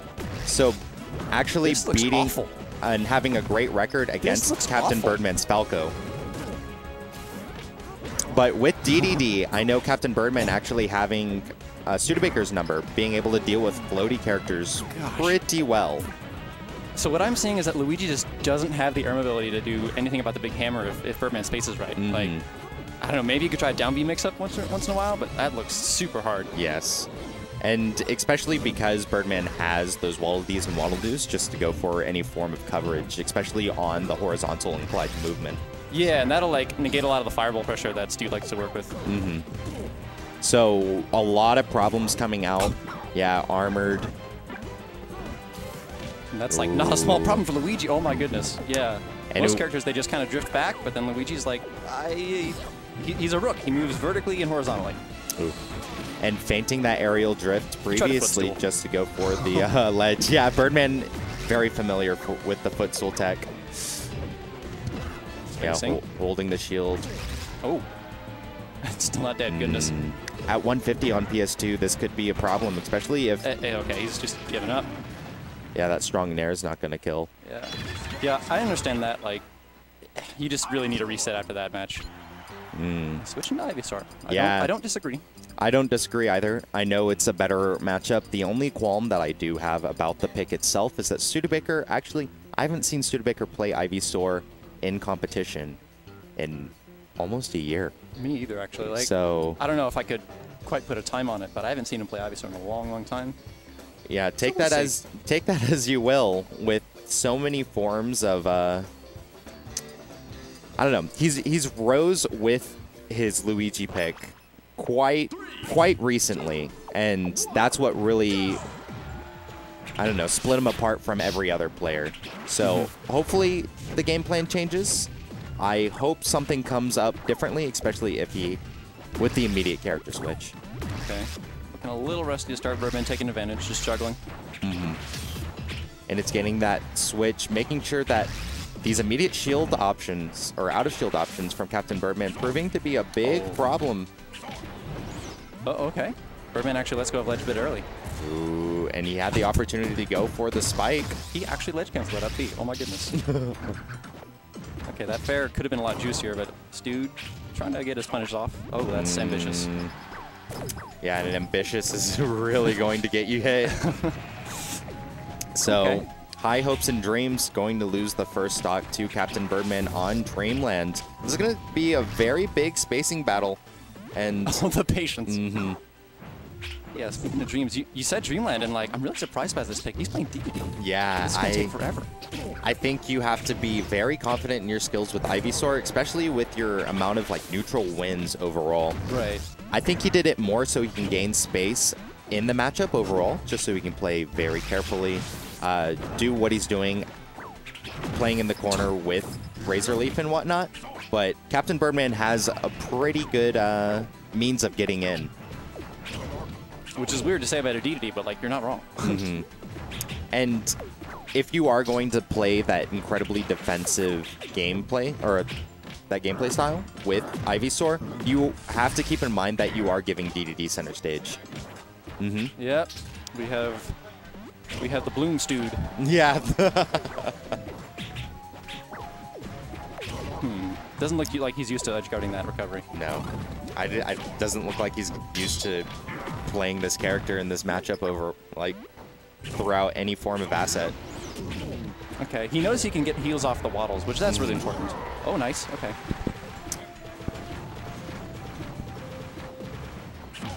Yeah, so Birdman is used to it just because he is pretty good friends with Betch when he used to live in San Antonio. Okay. There was an up-and-coming Ivysaur player that now lives in Houston that went to UNT while Captain Birdman was president. And I don't know, with more experience knowledge, it's going to be quite a problem for Studebaker. Working very well so far, even though at 60%, back throw not going to kill. Okay. Can you capitalize off this? Well, it's still going. He had the format. He had the opportunity to go for an extended tech chase into a grab, one of the big, strong facets of Ivysaur's gameplay, but doesn't seem like it's really going to be clutched out. Being at that low percent, Yeah. and in being incredibly floaty, Captain Birdman can just immediately just rack on the fares, build up that 13-14% per hit. He got in a little juicy nair, but Birdman actually be behind him, and now, man, he's got to get more of these punishes. Like I've seen Soph play. I know you can do more than this. Yeah. No offense, but like, oh, all right, tricky landing. He hasn't done that all set. Creative down smash too. Very ambitious. Yeah. But still shows a lot of confidence coming out from Studebaker. Yeah, just having to dodge those Very smart. bullet seeds. Could have been solar beam. Like, Stude's in this. Ooh. But every fair that keeps racking up going to be farther than his goal. That's ambitious. Okay. Yeah. You gotta let the DDD commit first. Oh, that DI. I think he expected the... no, I don't know what he expected. A lot of dreams to be had here on Dreamland. Oh, the nair. No punish. That was worse than a Shy Guy punish on Melee or old Yoshi's Island Brawl. All right. Carpet bombing. Good spacing. Can he get... Yeah, that's a good confirm. And still building up, trying to rack up that health while on the ledge. That could have been an incredible reversal, but full charge with the solar beam. Yeah. Yeah, Birdman is still invincible. Could see something incredibly tricky coming out. Ooh, okay, this could be big. Oh, no, he bears out Not of it. dead. Still alive, still dreams. And I like the plan. He could have gone for it. Okay. Yeah, both Birdman's alive? trying to be... Birdman's trying to stay tricky. With a slow character, just being able to approach and just, you know, thug your way over to center stage, at that point it is a call out. Because you are really forcing a reaction out of Studebaker at that point at that high percent. And that's one of the reasons why we saw that roll back. I mean, it's just a scary position to be in, like 150. And if you roll, like, DDD can't really catch up to you, you know, so there's that too. You know, I definitely agree with what you're saying, but, you know, this dude, like, he went down kind of early, but he pulled it back to last stock. Like, it was doable. No. I was thoroughly surprised, and I'm glad. I really want to see more of this Ivysaur as the, I don't know, weeks, months pass. Because it looks like there is a lot of potential, especially in the gameplay. I was really excited to go see a comeback, so. All right, I wonder who we have next. Yeah. Oh, really? Okay. Okay, see you, Stude. Have a good night, Studebaker. Yeah, a bit of a rough night for Stude there. Yeah. He didn't seem very happy with it. And I think that's just general performance, yeah. Yeah. I know he's been getting a lot better about his mentality, but wanting those wins, especially with the Oklahomies over, I think is definitely something that really tugs on your heartstrings. Yeah, and like last time we played, he did win. And it might have been a 2-0. Like at the Shark Tank. So I think he had some expectations for himself playing against me as well. Like I know that's not really a good thing to say. Like I think I can win, but yeah. But it's hard not to place that expectation on yourself sometimes. Like I've done this. Like why can't I do it again? Yeah, exactly. But people change and people get better, and sometimes they come to a tournament with less than or more than. I butchered what I was trying to say, but no. It makes sense, and that's one of the things I wanted to work off. That it's really humbling, and I think that's probably one of the most humbling experiences that Smash or any form of competition can really provide, especially in such a subjective game as and as volatile as we see from Project M and either Melee or any form of platform fighter. I'm expecting the same reaction to happen to people who play Icons. Even though you've had a previous win, you have to take that in mind. But once again, that is in the past. People do change and they develop. I don't play the same, and I know you don't play the same as we have maybe a week or 2 weeks ago. So you have to take that into account and make sure that you always have that ever-changing form of either Yomi when it comes to the steps and how you play mid-game, or even outside, because everyone grows at different levels. So. All right, looks like it's me and Fury. Yeah.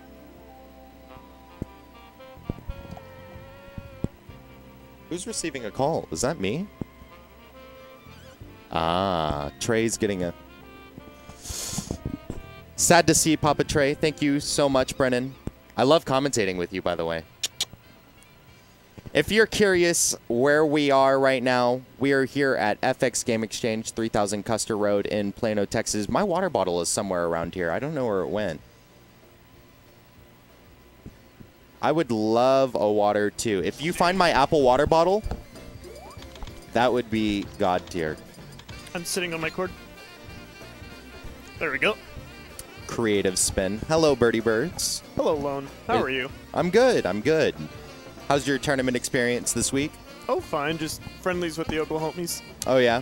Did you enter? Yeah. How was that? I played some of the newer people. I beat Metal Mario and I beat Cream. Okay. They were... I don't think Metal Mario's ever been to a tournament, and Cream's like obviously very new. Yeah. And I lost to one of the Oklahomies. Which one was that? The Pickle. Oh, Picklestein. Yeah. The sword boy. I beat him last time, he beat me this time, so next time he comes down, we're going to break the tie. Yeah. Definitely great to see that. But right now we are going to see Flashing Fire versus Fury 2. Two players who have completely different play styles. If you want to look at a spectrum. Actually, can I please get a water with this? Thank you. I'm so sorry. It's actually out. I thought... Hey, at least I'm not being a prick about it. So there's always that. But if you want to value any form of play on a spectrum, comparatively from passive to active, it's something you really have to take into account when looking at Fury and Flashing Fire. So Fury with the hopes and dreams, playing incredibly aggressive, very sporadic, acting very well off of combos. Flashing Fire, making sure to work off of his space. So he plays off of in the corner, making sure that you're baited towards him. If you're caught in the wrong position or in a very encroachable position, then he will encroach upon you, as previously stated. So yeah, they both pretty much just embody what type of characters they are. yes, exactly. So both of them really like fit their characters. So it should be interesting to see. I imagine as soon as Fury gets in and gets a combo, just with the combo weight, Snake should die, because kneeing off the stage usually results in a kill, and you can't recover from Blast Zone, unfortunately, which is Snake's strongest suit, I think. He has really good setup if you let him set up. Falcon's good at just going in and not letting people set up, and he's good at recovering, and Falcon is good at killing. So let's see, a few overshoot aerials from Fury, actually doing a lot of work for him. And one of the big game plans that you really have to have, especially as Captain Falcon in Fury's position, is making sure that you can create a big wall of pressure onto Flashing Fire before he has any form of setup. And one of the big facts is that he set down his down B. His C4? Yeah, his C4, and then it actually hurt him overall, making sure that he wasn't able to recover in that process off of that sweet spot knee. Yeah, Snake's quote-unquote broken recovery is mainly just from his C4 being able to lift him back onto the stage at a high percent. So as soon as he has it on you, you can actually worry a little less in some ways, as in I know edge guarding him will be easier because he can't recover. Ooh, very ambitious down air onto Flashing Fire to shield, going to cause an immediate up B out of shields just for a defensive option, and a big back and forth on percent. We're put in the edge guard situation, and yeah, just covering the options. It's always better just to hold on to ledge than to predict that he's going to drift towards it. Because Falcon will be in 30 frames of landing lag. That's enough time to react to, oh, he is going on stage, I can just fair him, do whatever I want. Plus, he was already sticky, so any extra damage he could have done from anything would have been good. Exactly, exactly. Another thing that we should point out is port priority. Yeah. Usually whenever you play Snake or Snake is associated in a game, you want to have port 4. Whenever an explosive like hits you and you're both like grabbed, the person who's port 4 doesn't really go anywhere, even though they take damage. It's a little quirk of the engine. Yeah, and realizing that even at port 3, it's going to work in Flashing Fire's favor, just because the higher number port. Yeah, it is the higher number. So it's higher number in PM, it's lower number in melee. And that's something you really have to keep in mind, especially because Fury does play both. I know that he doesn't really like playing off of 4-port priority during a set unless it means everything to him. But Winners Finals, I still have to say, means a lot, especially if you want to take into account an out-of-state win, which is Flashing Fire. So, speaking of out-of-state, there's a lot of people here. Yeah, so we actually, I think we worked together with the Oklahomies to make sure that they could come over and then get that practice that they were searching for, just because we want to combine weeklies. Hopefully they can get the experience from the Legacy TE and the new format of stages. On top of, we also want that experience, because being 2 different states, Oklahoma actually isn't too far away. I think it's a 4 to 5 hour drive, just like what we see from Houston. Yeah, there are people from Texas who live farther away than these Oklahomians. Yeah, exactly. So being able just to combine communities is definitely something that we always want to see. Plus, they bring like characters and people we don't get to like see often, or at different skill levels. Like they have a Marth, while our best Marths are a lot better. So we have like access to more Marths at more skill levels. We have access to more Snakes at more skill levels. We do have a local Snake who comes every so often, but not as good as Flashing Fire. Yeah. So a lot of good like practice even from character matchups. Ooh, opting for back throw just to get him onto his own down smash. Oh, holding it still with the up B and no form of rinse repeat. Very ambitious punish, though, coming out from Flaffy. Yeah, he tried to do single hit nair up tilt, which if it landed would have been amazing damage output. Working incredibly well. Make sure that he gets that manual reload as well, just so he doesn't miscount in any format. getting that delayed up air into knee. Very strong, and Flashing Fire definitely expecting it with his tongue sticking out for the reaction. Yeah. His STI was also pretty good on the knee, though it didn't really help too much. So even though this is Fury's counter pick, so he gets like a lot more room to run around, there's no third platform for Snake to camp on, etc. The ceiling is still very, very low, and so it's a lot more. He's a lot more susceptible to C4 kills, despite the fact he's a fast follow-heavy character. And we are seeing some big mistakes coming out from Fury as a player, just not really taking into exception that Snake has one of the best low profiles in the game with his crouch. Yeah, with his crouch. And missing 2 grabs throughout the last 5 neutral interactions. And even seeing that low profile right there, just being able to eat a nair is going to work really well for Flaffy if he wants to get back into this percent war. Yeah, I was talking about how like Falcon has like all this pressure, can kill so easily. It doesn't really matter when Falcon can't start anything. Yeah. And whenever you low profile, you say, Falcon, you can't grab me. Dash attack is crouch canceled immediately, and you have to basically go for down air because everything else will be crouch canceled. Yeah, and it limits those options. You either have to go for a boost grab, which will extend the grab box of Captain Falcon, or you have to go for the down air like you were previously stating. One of the 2 big callouts for low profiles with Captain Falcon. So, and we see that with other characters like Fox, and it's probably one of the strongest tools that Snake has, just being able to get into that military low profile.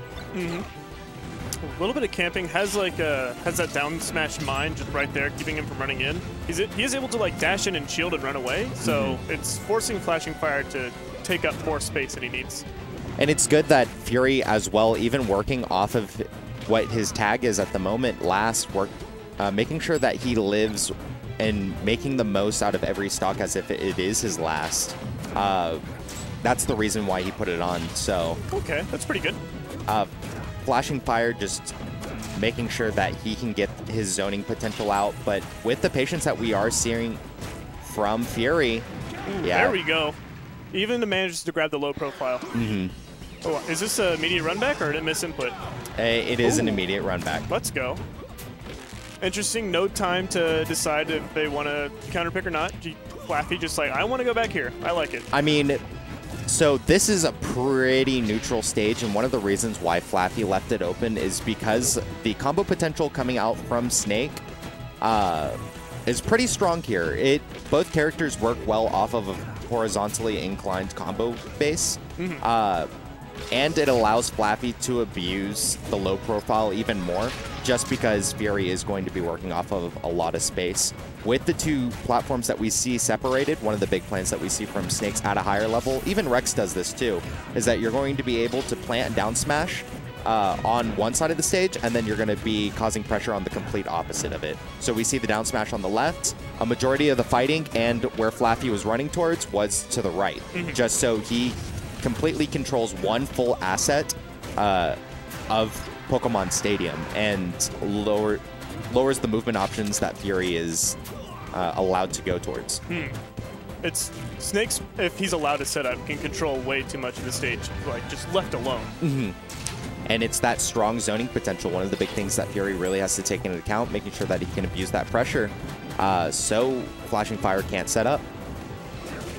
Ooh, dash attack, incredible shard quality, just because it has the front hitbox only on the head, but nowhere else on the hitbox. There we go. Up he had a shield pull grenade. I'm always just so surprised how much he can play with his own shield and with B moves, just almost simultaneously. Yeah, and it's just that quick quality, quick expertise that we're seeing from Flashing Fire. Very familiar with Snake as a character. He's been playing this game for roughly 4 to 5 years, if I remember correctly. So I could be wrong on the total count, but I definitely remember him having a long lifespan, even when I started. So being well known for that. One of the gets the sticky off of the jump. And one of the strongest qualities, if you're not confident in forcing that air-to-air, if you want to meet up, you can always drop a stick, because one, if it misses, then all you really have to do is, or it causes ground pressure. If it lands, then you get the stick. It's very good. Yeah. No, go for it. Well, one thing about the stick as well is sometimes it's like Snake can be like, oh, I can down air you right now. I can like force you into knockdown. I can like do a punish off of this, sort of like this, where he like down airs jab resets. Or I can go for a sticky. And a sticky basically just says I can save my best punish for later instead of racking on this early percent. Right there, instead of like jab resetting and going for more, he decides to stick, as I was saying.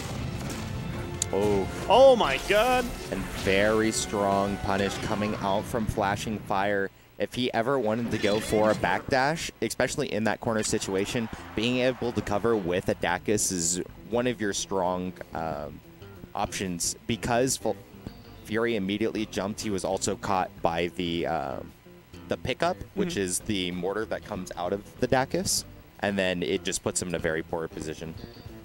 It's going back. It's a great lockdown from Flashing Fire, and he seems very confident. One of the just know the habits in that immediate download. Shoutouts to Fury starting game 4 with an up B. Run up B. Oh, and yeah, that was his third trank, so I have to be very careful. Losing out on a lot, or just one form of his options, but a great option if you want to really slow down a quick and very, I don't know, very pester character like Captain Falcon. Now, Sticky's not that good on Falcon because one of Sticky's main counters is just jumping. Because you can only be asleep if you're on the ground. If you jump, you just like get hit a little bit, and that's it. Yeah. Falcon loves to approach with aerials, and especially from like that distance where Snake wants to trank.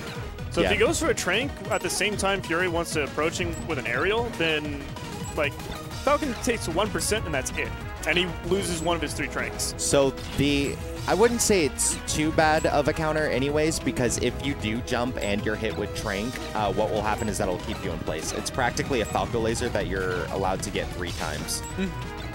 Playing it very careful with that stock lead, and Flashing Fire actually getting a little upset, but I mean, predicting the fact that he was going to opt towards platform, getting that kill with the fair.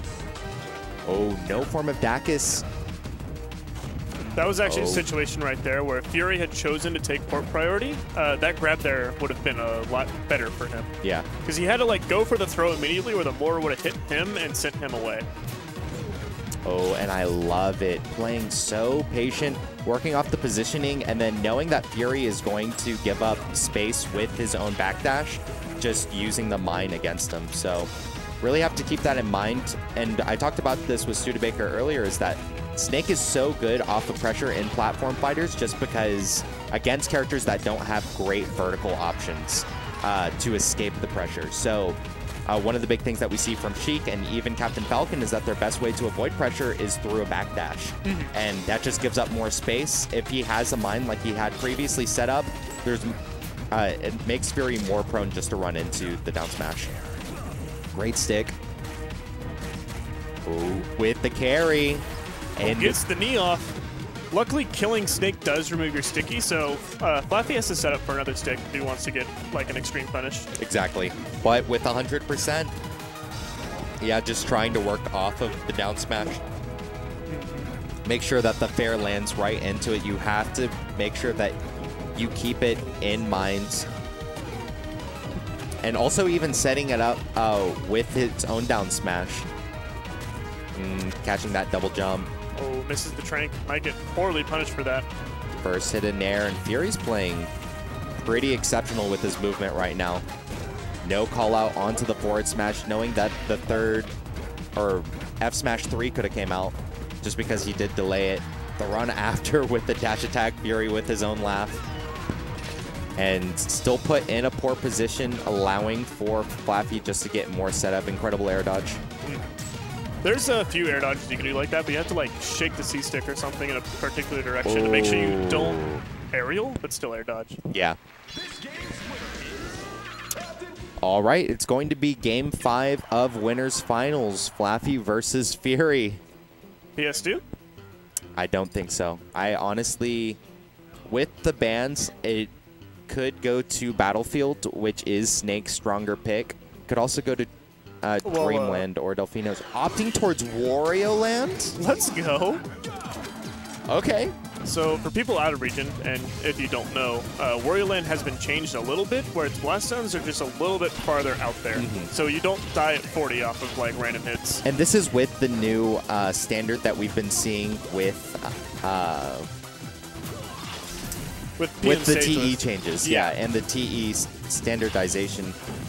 Specifically not on the build itself. This is just one of the big changes that we wanted to make within the upcoming months that a lot of regions formally or like informally agreed upon. Because I know that there was a lot of drama that came with these new stage picks, but it's not too bad. I think there was a lot of acceptance that came with Smash and Splash 4. So yeah, Smash and Smash 4 basically used this new stage list, and it was a wonderful tournament. Everyone seemed to love it, so hopefully the stages are here to stay, because I actually really enjoy them. yeah, and we will be seeing this at Low Tier City as well. So get ready if you want to learn any form of the stages. The actual build for Infinity and Beyond right now is available for download along with the Smash and Splash 4 build if you would like any form of practice. Low Tier City 6 build will also be ready in the next week. So there are a lot of options to be had if you want some form of practice with the latest and greatest builds for Project M Legacy 2.0. Who's in charge of the music pack? Me. Good job. Keep Persona 5 Life Will Change on Smashville, please. Yeah. What'd you say, Chase? Oh my god. There's definitely some good songs in store. Only if it's the Cowboy Bebop intro song. No. It's already been used. It's already been used. Ah, dang. We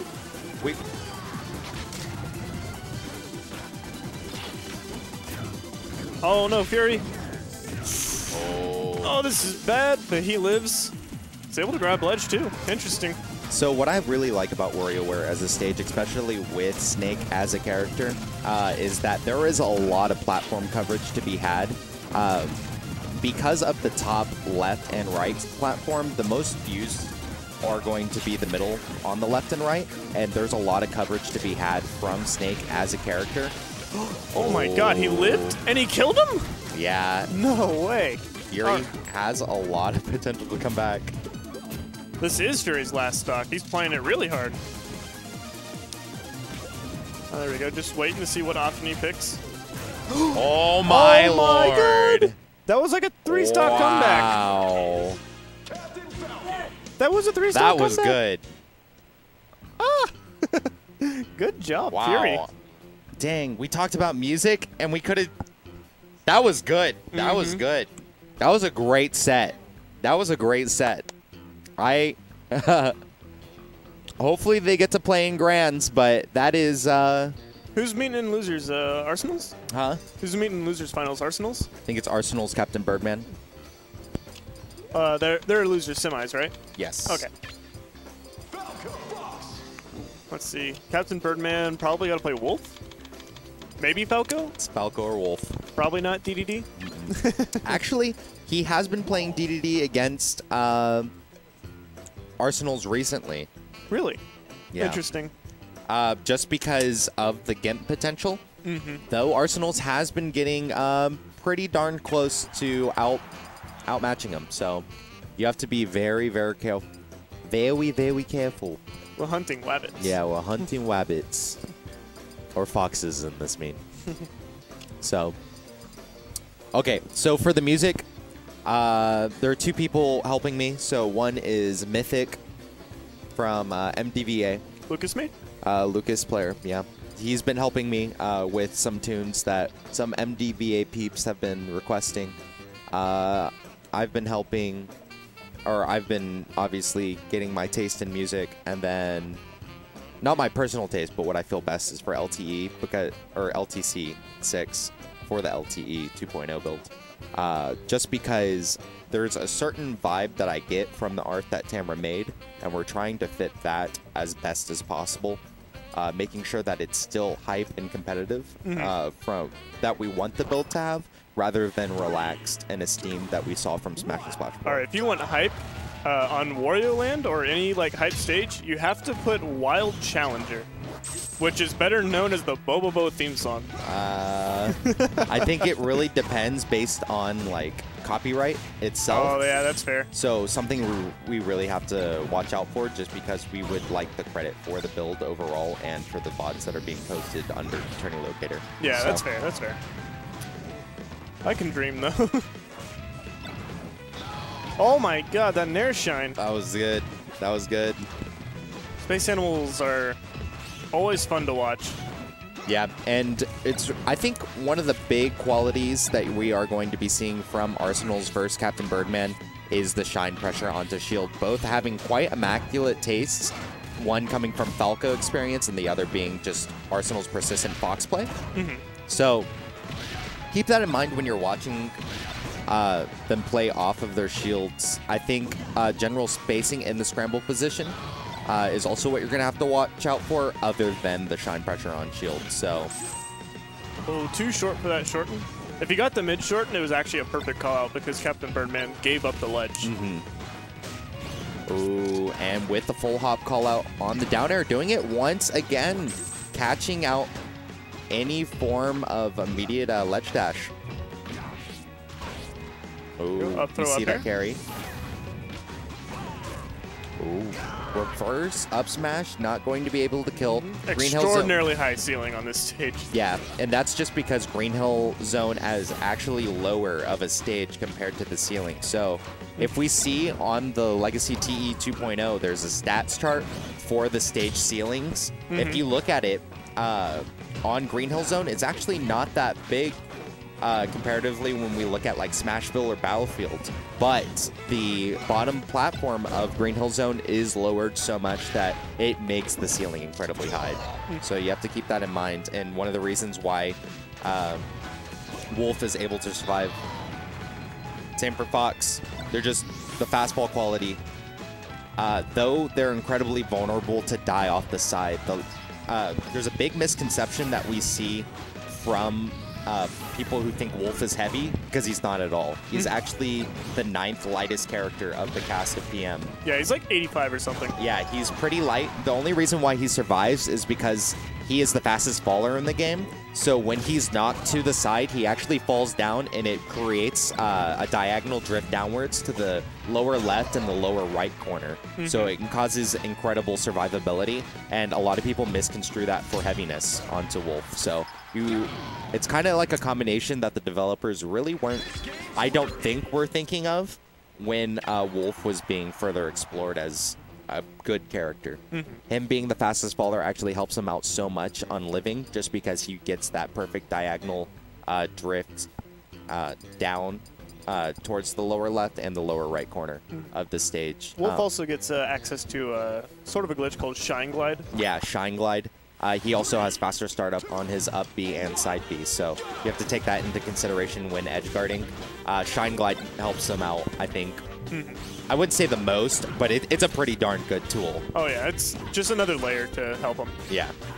Shine Glide was like, I think, on a different character, was discovered on Zelda called Nehru's Glide. And then they patched that out, and then many moon later they found, oh, Wolf can do practically the same thing with his Shine. Yeah. Oh. And we see that delayed shine from Arsenals, and that's going to result into a kill on the Smashville. So one very important thing for Wolf mains of the future, when you, I believe it's up taunt on your side B, you howl. Yeah. This is a very important thing to take note Don't of. say it as if it actually is. They know I'm joking. It but allows you to taunt cancel flash. So take that into consideration if you want to go for a stylish axe. Not going for the drop down back air. That's one of the classic edge guards that we see from Captain Birdman's Wolf after he lands and catches your double jump with laser. All right, Captain Birdman able to get back on stage. Great text chase ability with the down smash, and that's going to be the next stock.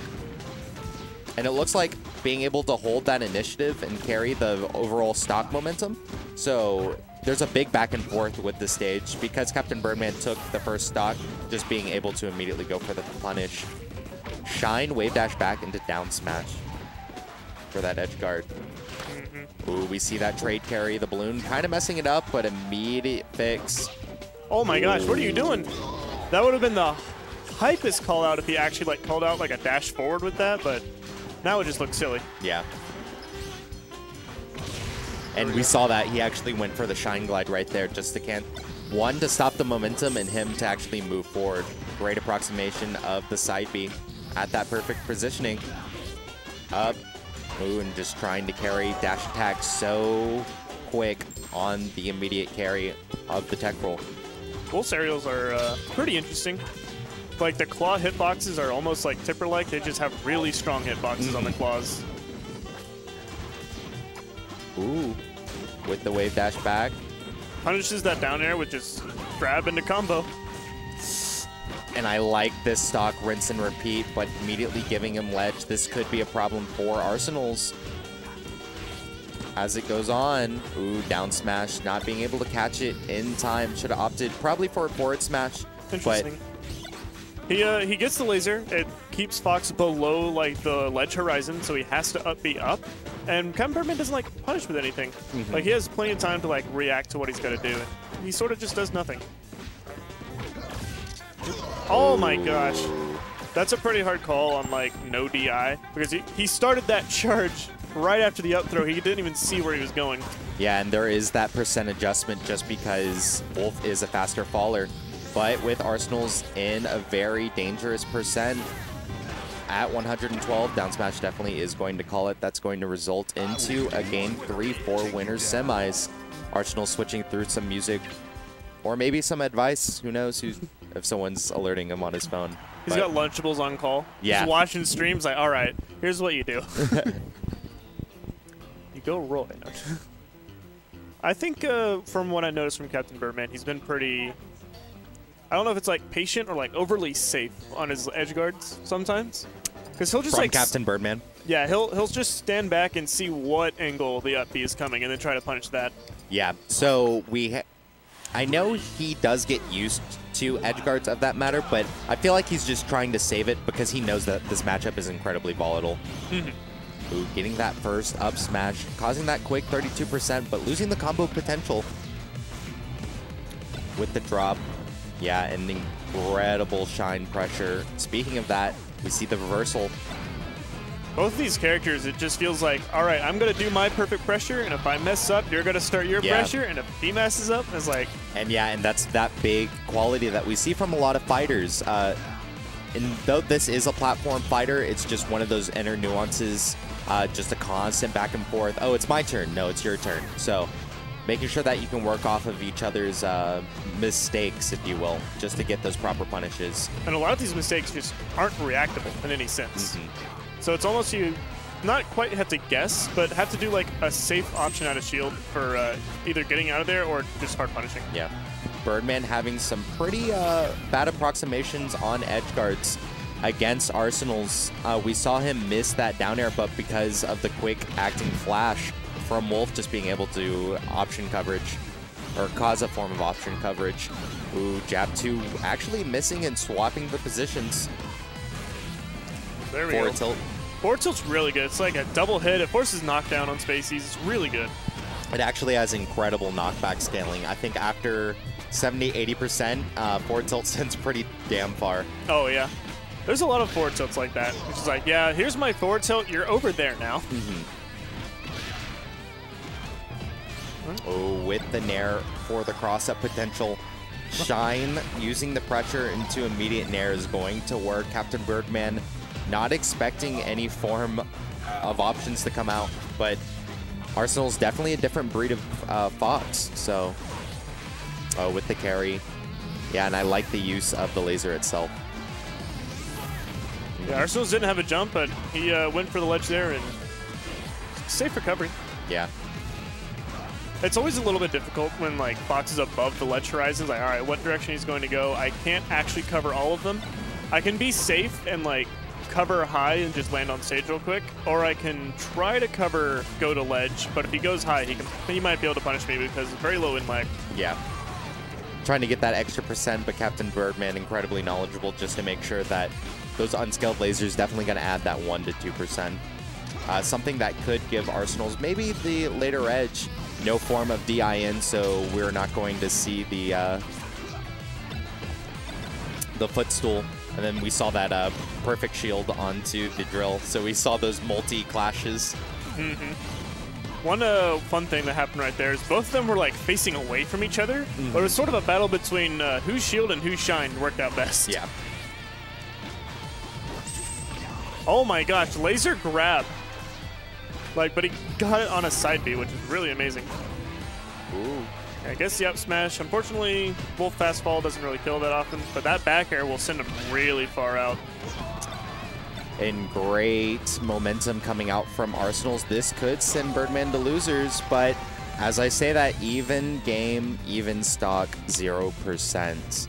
And unlike last game, this is best of 3. Yes. Or unlike last set, this is best of 3. So this is for all the biscuits. With the forward tilt, and he tried to go for the immediate catch just because of the forward throw. Wanted to see if Arsenals was going to go for any form of hesitation, but the death and the kill, Arsenals is going to go out at losers semis. So very unfortunate. He's going to get out at, what is that, 4th? It's 4th.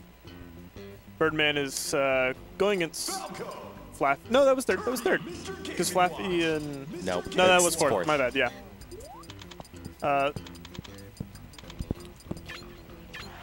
So Fury's in Grand's winner side.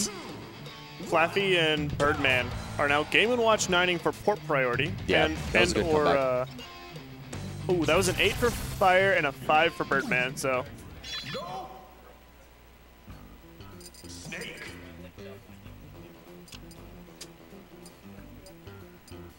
Yeah, it was paid doubles today.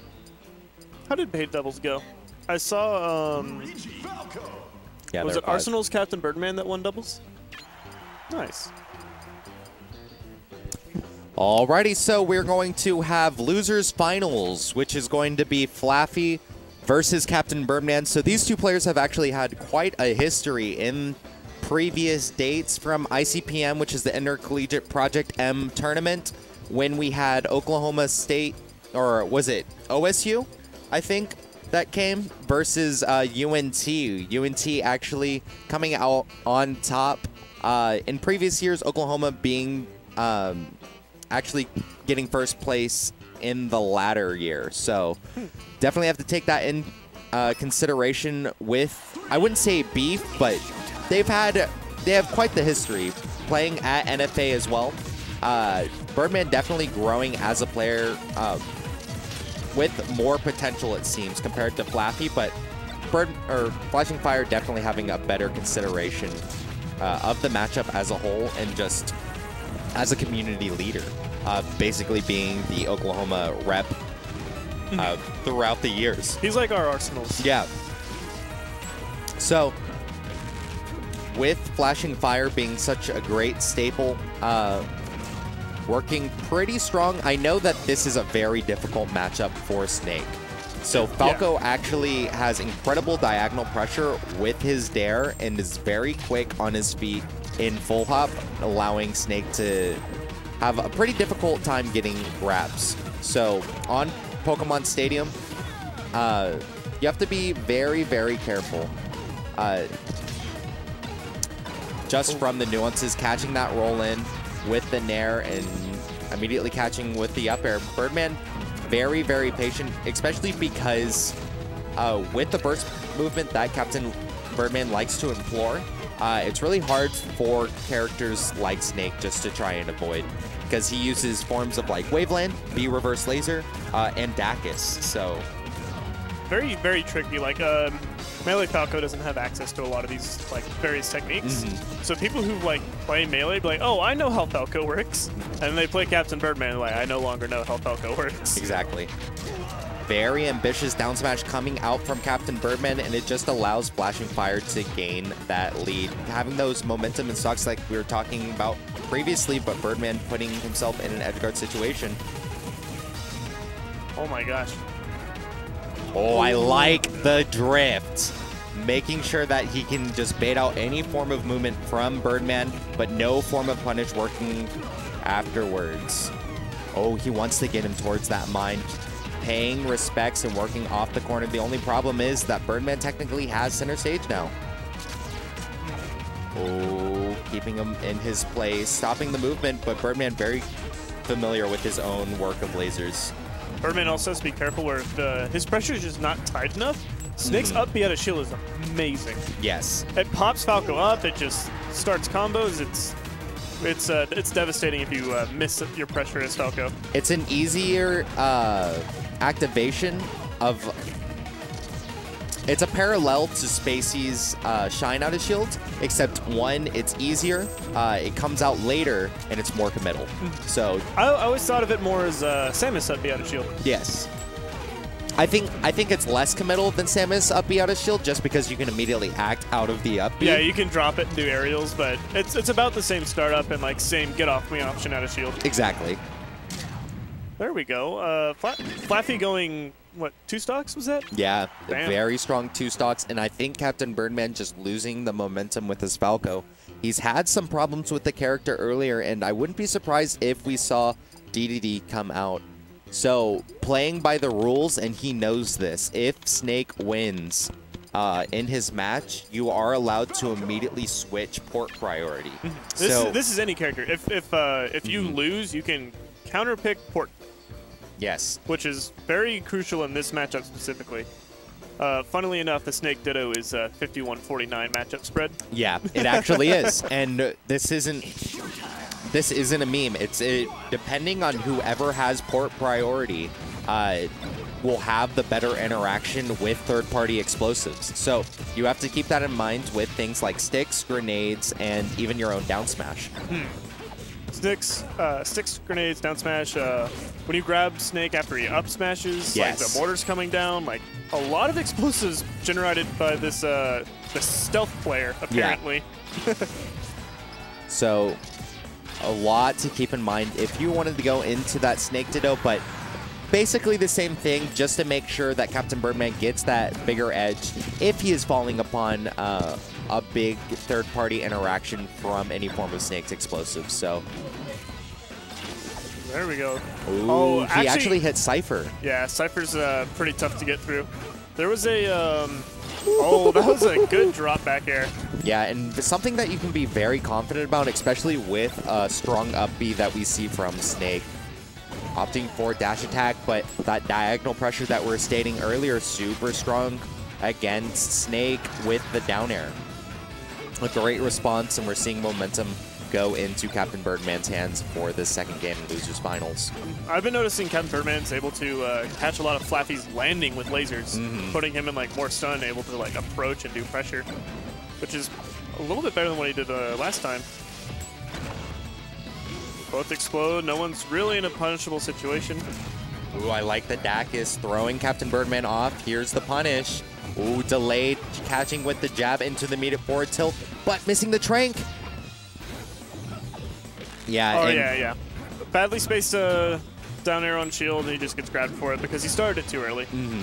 Now, we aren't seeing a lot of low profiles in this matchup, and one of the big reasons is because Falco's incredibly well at calling out Snake in his low profile with down air. It's probably one of his main tools for general approach and shield pressure, and it's relatively safe if Birdman does it very well on top of flashing fire shield. So you really have to keep your wits open.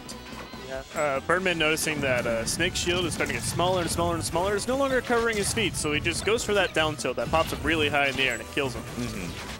And a lot of option coverage coming out from flashing fire. Hopefully he can get a strong punish, miss the stick, but with the Dacus, that fair is going to get a great stock.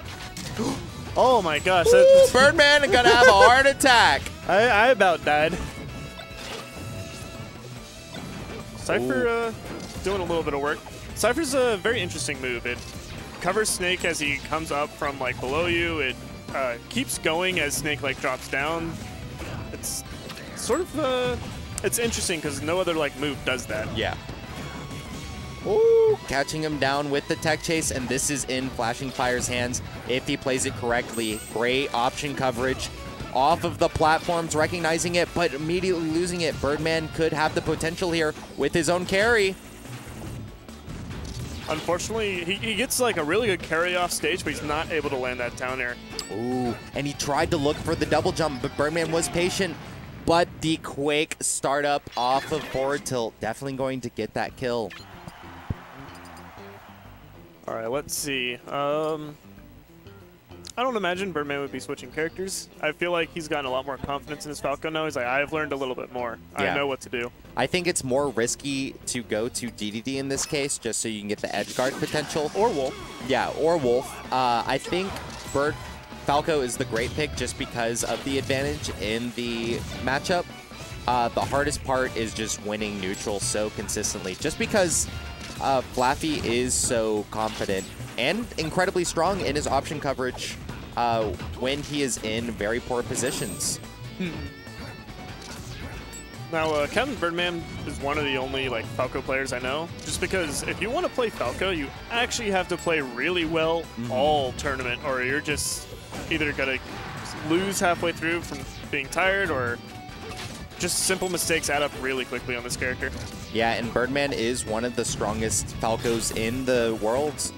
4 PM, having that very unique style and almost proper style. 4 PM, just abusing all of the intricacies with the engine that is provided for this character, actually making him stronger and allowing him to survive a lot better in some pretty consistent scenarios that we've been seeing.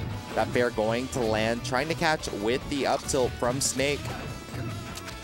Oh, yeah, and just holding down that potential. Snake basically saying that I also have lasers of my own, so definitely be careful with your own horizontal pressure.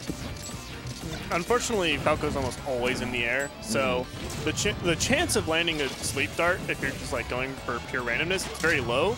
But I saw Flappy able to actually time a dart with Falco's landing after a laser and put him to sleep. Ooh, almost gets him with the back air, but Snake, high percent, gets launched very quickly. Yeah. Ooh. And not being able to die off the top at 184 is going to be a big problem. Flashing Fire working. Oops. Yeah, they're definitely having their own fun with this match, just because being able to live at this high percent on WarioWare, almost unheard of. Yeah, it's almost unheard of in the fact that not dying. Falco's got to live the man's at not 192. Falco's got to get to 200% on WarioWare. Yeah, to die from down air. All right, oh well, 204 before he's finally dead. Yeah, I think that's a frame 5 Shoryu. I think I don't remember how fast the up tilt comes out. It's pretty damn fast though. Oh it's one of Snake's fastest moves. So it used to be really broken. It's in Brawl. The uppercut jab. You Yeah. know what I mean. Shoryus would be invincible. He's right. Huh? Shoryu would be invincible. No, DP overall would be. It doesn't matter. They're practically the same thing.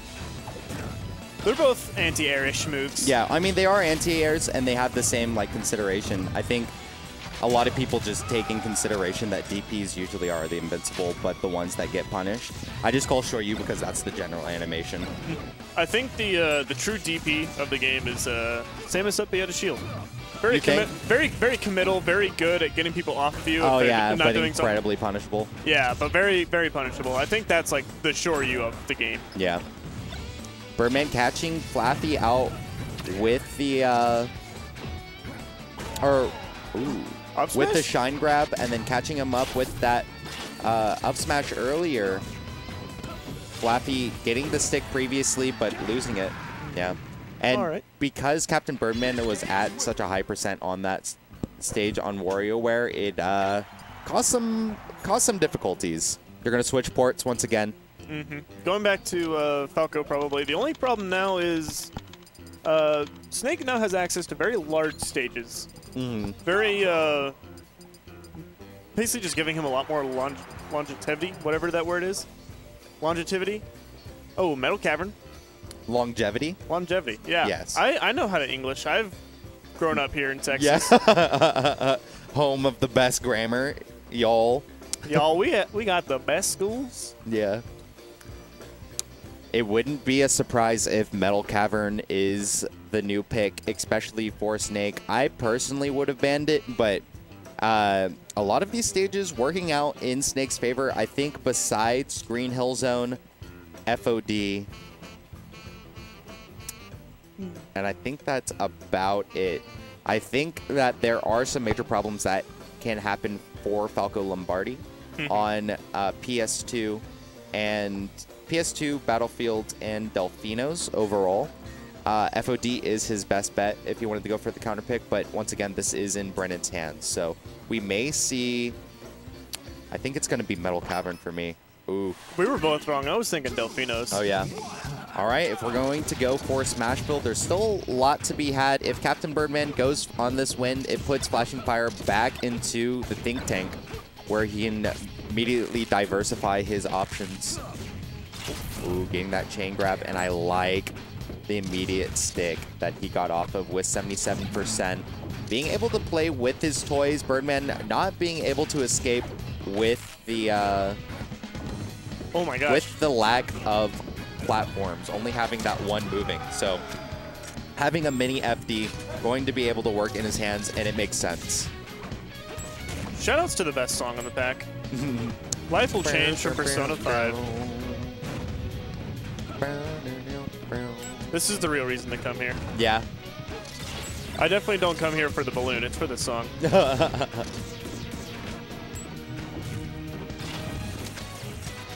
Almost gets that trank, but Birdman able to get the shield up in time. Oh, actually gets the up throw down there. Interesting. I wasn't thinking he was going to get anything on that high percent. Yeah, me neither. Finally gets one power shield, and Birdman's already jumped above it. Wow. Oh my gosh, this pressure. Yeah, and just being able to start a combo off of Shine Out his Shield is going to be one of the greatest features, especially for a character like Snake, where you have to be really on your point, make sure that you use the moves that always put you in frame advantage, which is Shield, or which is Shine. So if you think about it on paper, and I've said this in other VODs, but Falco is always in frame advantage just because he has a frame 1 option that works at the close range. So in scramble situations, easily one of the hardest characters that you have to face. Snake also being one of them just because his up B comes out pretty quick as well. Yeah, they're both very different like scramble characters though. One is very defensive, get off of me, and the other one's I'm starting this combo now off of your mistake. Yeah. Oh my gosh, very patient play. Gets another up throw down air. Yeah, and we see that from poor DI and no SDI off of the lasers coming out from Snake. If you want to avoid any form of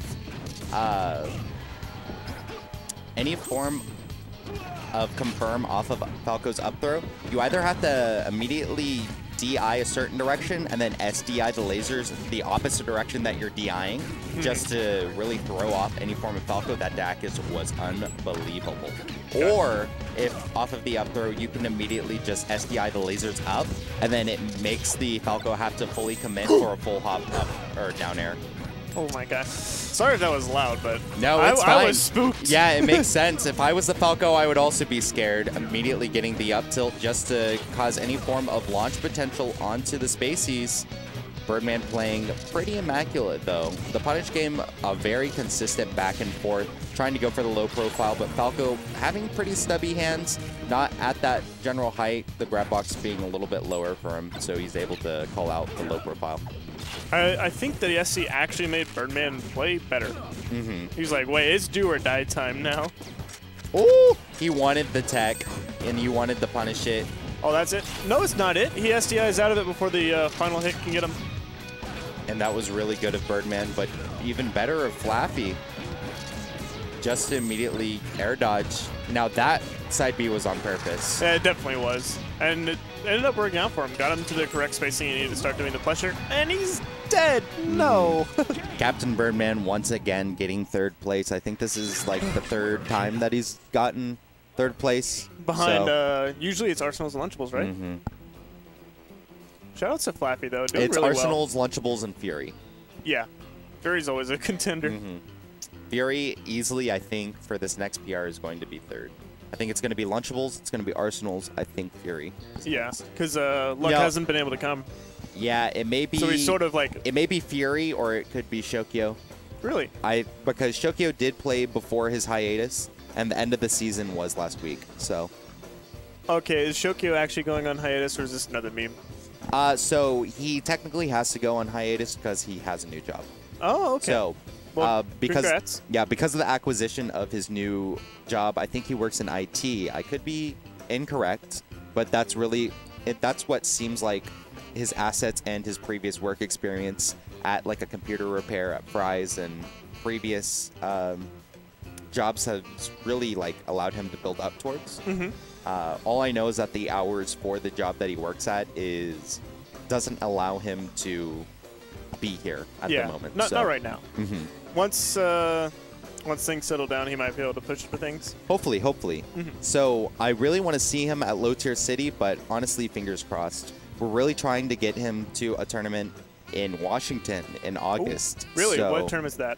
It's the one that Pikmon, it was either Pikmon or Mr. Watch and Learn was advertising. So we're trying to get him out there, but for now, we are going to be seeing grand finals, which is once again going to be Fury versus Flashing Fire. Shout out to the Oklahoma crew. It's always nice to see you guys come out here. I really appreciate it. Dunka, come next time, please. I miss you. Having some fans. It's great to be at a mutual relationship with another state. There's a lot of like homeboys here. Yeah, not being at each other's throats, because I know that's a problem Texas used to have. I think we have some minor beef with SoCal, but it's not too much, because I think it's specifically Lunchables had some beef with like Jason Waterfalls. Well, yeah, I don't know. But other than that, it's nothing too big. Wait, who won? Port priority? I didn't see. And well, I mean, we're gonna learn now. Yeah, it looks. Okay, yeah. Yeah, it looks like Fury. No, Fury lost. No, Fury lost. Yeah. Yeah, that's why he is first port. Yeah. Flaffy winning all the 50-50s. It's the reason why he's second place. I mean, right if you now. have to play Snake, you better be good at the RNG. Yeah. Who's another RNG dependent character? Yeah. Flashing Fire saying that you can ban first. It's nice. Be like, all right, I got the port priority. You can ban first. You get all the priority at that point. Could you imagine if they did 2 Game & Watch 9s, 1 for port priority, 1 for stage select, and he like won both? That'd just crazy. be demoralizing. Yeah. That's a 2-step process. Step 1, lose. Step 2, lose. Yeah, lose again. Alrighty, so it looks like we are going to start on Smashville. Big fan of these horizontally inclined stages. I think Flappy actually did ban Pokemon Stadium 2. Oh my god, he tried that on the last game too. And it's because I think he's getting really familiar with Flappy's setups with grenades in the beginning. Oh, he lost the double jump, and that's going to be the first dog.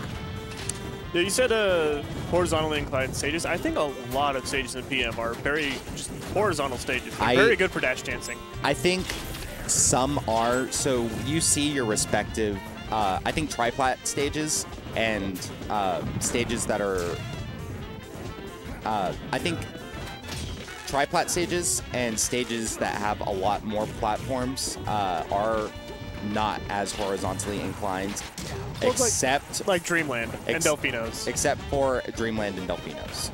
So what I'm talking about is like WarioWare. Yeah. Also, WarioWare's very, very skinny. Yeah, FOD, Green Hill Zone. Basically, the far left and the top left area. That's very small stages, and the stages get progressively bigger as you Battlefield, go to the right. I don't even think is good for dash dancing. So it's wide enough that it's like okay. Yeah, but it's not preferable. It's not horizontally inclined at that point. I'm talking more like FD, Dreamland, Smashville, PS2, Delfinos, you know what I mean? Yeah, Metal Cavern. Yeah, like, Metal Cavern. Like, that was like, what, 5 stages? Yeah, so it's roughly 5 to the other 5. So What's the other 5? Let's see. it's WarioWare, FOD, Green Hill Zone, Battlefield, and I think it's 6-4. Oh, yeah, maybe it's 6-4 then. Oh, no. Wait a minute. Wow, and that was a last resort that worked out in Flashing Fire's advantage. That was sort of a peekaboo surprise. Yeah, sticking him or blowing the stick last second. That's very, very ambitious. And it ended up working. Stage spiking Fury because of the the stage angles on the side there. Mm-hmm. Good tech chase, but has to drop it, so he just sort of runs away to the corner. Ooh. Oh no, there's a stick. And a grab, punishing the down tilt. Ooh, knee. Yeah, but you didn't want the reversal. I don't think anyone in that position really would have gone for the reversal at that point. It was just ever so slightly bad spacing. Yeah, bad spacing, not jumping out of the dash fast enough. Ooh, and the carry with the down tilt. Ooh, jab reset into fair. It's a sticky situation. No pun intended. That pun was intended. You know it. It's really... Yeah, here we go. Let's look at him. So Smashville on the left side is the only, like... It's 6-4. Yeah, it's 6-4. Yeah. So... Battlefield, FOD, WarioWare, and Green Hill Zone are the non-horizontally inclined stages. I would have to say that they're more vertically inclined just because of the immediacy of the platforms. So if you're going to pick a character, pick a dash dance character. Clearly. Yeah. The stages do it for you. I think one of the big... I think it helps with dash dance characters, but it actually helps floaties out more, to be completely honest with you. Really? What's your theory behind that? So one of the big reasons is because even of the stages that we see, it's harder to die off the top than it is to die off the sides, even though you do see these horizontally inclined stages. Because even stages like Green Hill Zone have high ceilings. FOD has a high ceiling. FD has a high ceiling. Dreamland has a high ceiling. Delfinos has a high ceiling. I think the only stages that aren't really going to work in your favor would have to be... what is it? Oh, I just lost train of thought. That's fine.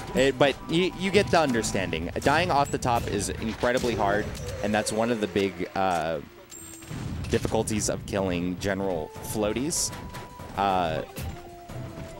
Just because that is like their big weakness. It's the floaty versus the fast faller quality compared to the light versus the heavy. So big juxtapositions. Oh no, Fury. Oh wow. Yeah. There he goes. And we see from characters like Fury, if you usually are a dash dance character, you are relatively light. And we see that with Captain Falcon, because he's light, but he is a fast faller. Well, he's heavy. He's a heavy fast faller. Oh, yeah. Well, he's a semi-heavy fast faller. But it's like, oh no, Fury, what are you doing? It's like, because he falls so fast, it doesn't look like he's supposed to be like a heavy floaty like Samus. Or Fox, or... I mean, Fox, Marth, and the Spaceys are dash dance characters, or pretty darn close to dash dance characters, not Falco, but that are relatively light and have pretty... Oh no. Pretty wide range of difficulty when it comes to survivability. Off of the sides, the big reason that, and I think this is like one of the big balancing concepts just with that, is because they're really good in the scramble situation. Yeah. And that's why they're given that one frame shine. So. I think, oh no. I mean, oh yeah. Let's go Ice Climbers. Oh. Okay, so Fury actually thinking about picking Ice Climbers in this matchup, and he looked at me, only said one, he literally looked at me and said, one game. So, because he is in the position of a reset, he wants to go Ice Climbers just to explore, and this may be just a download of habits of some sort. I know that getting these stray hits is going to hurt a lot more than what we saw from his Captain Falcon, and I know that he does not want to play Fox in a matchup that is so controlling, especially after coming off of a win from a Spacey that we saw from Captain Birdman. So, I don't know about this pick. I feel like my personal opinion, I feel like Snake can literally just camp forever and never have to approach. Yeah, so this is a big difference. So if we want to talk two different characters, so on two different lines, and if we put this, so get the whole PM cast, put it on a chart, if you will. Just a 2D line. Yeah, a 2D line. So, in my opinion, and this could be different from yours, Ice Climbers is on one side, Captain Falcon is on the complete other side. Just from gameplay perspective, general facets, and what they work off best. Even though they both work well together off of grabs, they do it both in different ways. Yeah. So, because of this, and that's if you agree with the theory that I provided, it's a different playstyle that you have to play against as Snake. And you obviously don't want to give up a win against Fury's Ice Climbers, right? Like, they're there just to, like, play against. But once again, it's a different playstyle from what you're playing previously. So, in the form of a reset, you don't want to make sure that Fury is so caught up in the momentum of the pick and playing against Captain Falcon so consistently. Yeah, he's used to playing against a really fast character, trying to get all the aggression off, and now suddenly everything is very slowed down. Exactly. It's slowed down, but I mean, you still have that threat of Ice Climbers themselves, because Fury doesn't have that bad of an Ice Climbers. I mean, he doesn't have that bad of an anyone. Yeah, he's a very fundamentally sound player. Now, he does have some tricks up his sleeves for the character itself, but they're not too strong. Well, there we go. I'm sort of interested in seeing how Fury approaches this matchup. Because I personally think this is like a horrible decision. Why would you ever do this to yourself? But I mean, two socks apiece. Yeah, prove me wrong, Fury. Yeah. I want to see you prove me wrong. There's a lot of potential to be had. Yeah. All right. There's probably got to be a lot of time between like neutral wins and like actual hits because they're trying to feel each other out, trying not to get trapped by each other's stuff. Like Fury can set up desync blizzards, desync anything, and then Snake can be on the other side, be like, well, I want to set up some mine. Sleeps both of them at once. Yeah, and that's just because, and this is, I wouldn't say it's a big problem with Smash as a whole, but all hitboxes are put into circles rather than the actual like model of what you're throwing at them. So because of that, because the trank is registered as a small circle, the width of the circle or the radius of the circle actually hits both characters rather than what an actual trank would do and the model only hitting one character. Yeah, definitely. I mean, it sort of makes sense. They're like right next to each other. They're the same character, I guess. But at the same time, there's a lot of weird stuff with just Snake's trank in general. Like, if you power shield Snake's Tranquilizer and you hit him, it doesn't put him to sleep because it does 0 damage. Yeah. A lot of fun stuff like that. Oh no, up B. Very ambitious, but no punish. No punny, no punny. Alright. Yeah. Yeah, I can see Snake just trying to air camp him, be like, yeah, you can't really enter the airspace that well, so I'm just gonna hop between these two platforms and hope you mess up. Yep, exactly. And as long as he keeps throwing out explosive, Nana and Popo are at different percents. They'll be launched at different rates. You can punish either of them individually. Actually kills both of them off the same explosive. All right, so we won't see that character again. And we're back to the reset. M's favorite. Back to Douglas J. Falcon. Fun fact. And then just get it over with really fast. What's what called? Yeah, it is good. The thing is that it's incredibly volatile. It's very tricky.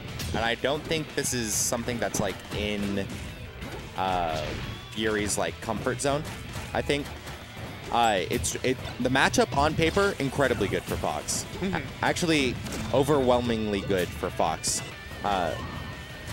You just have to like keep in mind that if Flashing Fire wants to play, if Flashing Fire wants to play in the corner, then Snake has every means of edge guarding him. As soon as you overextend with Falcon, you just like right there. You get hit, you're off stage, and now you're recovering against someone who can Cypher cancel. It's not fun. Yeah. But at the same time, you're just sort of a monster on stage. As soon as you find your way in, you air wobble to death. It sort of balances out. Oh, no. Oh, there we Great go. wall Let's jump. live. Yeah, and that wall jump definitely saved him. Though he dash attacking into your own mine, not really the best part of your plan. You don't look too smart after doing that. Ooh, there.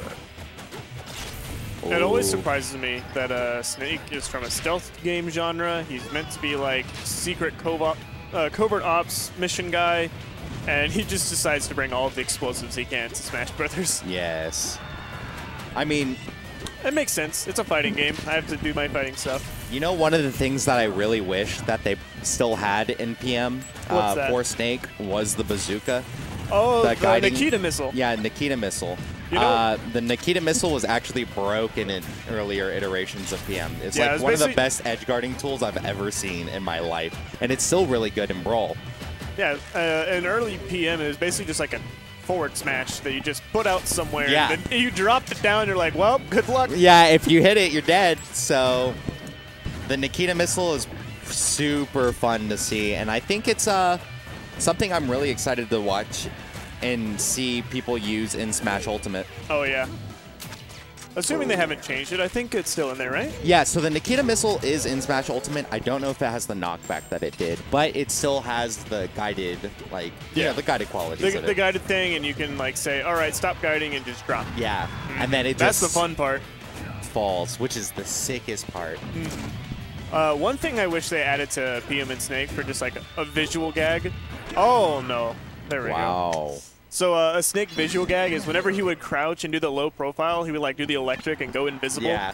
Like it wouldn't like do anything, and like you knew he was there because like the player one would still be above him or something, but it'd be pretty cool. Hopefully. He's a very, very cool character, and I'm really glad to see him back. So. Yeah, he doesn't seem that cool when you play against him in PM, just because he's very good defensive options and sort of no funds you if you don't know what you're doing. No funds you.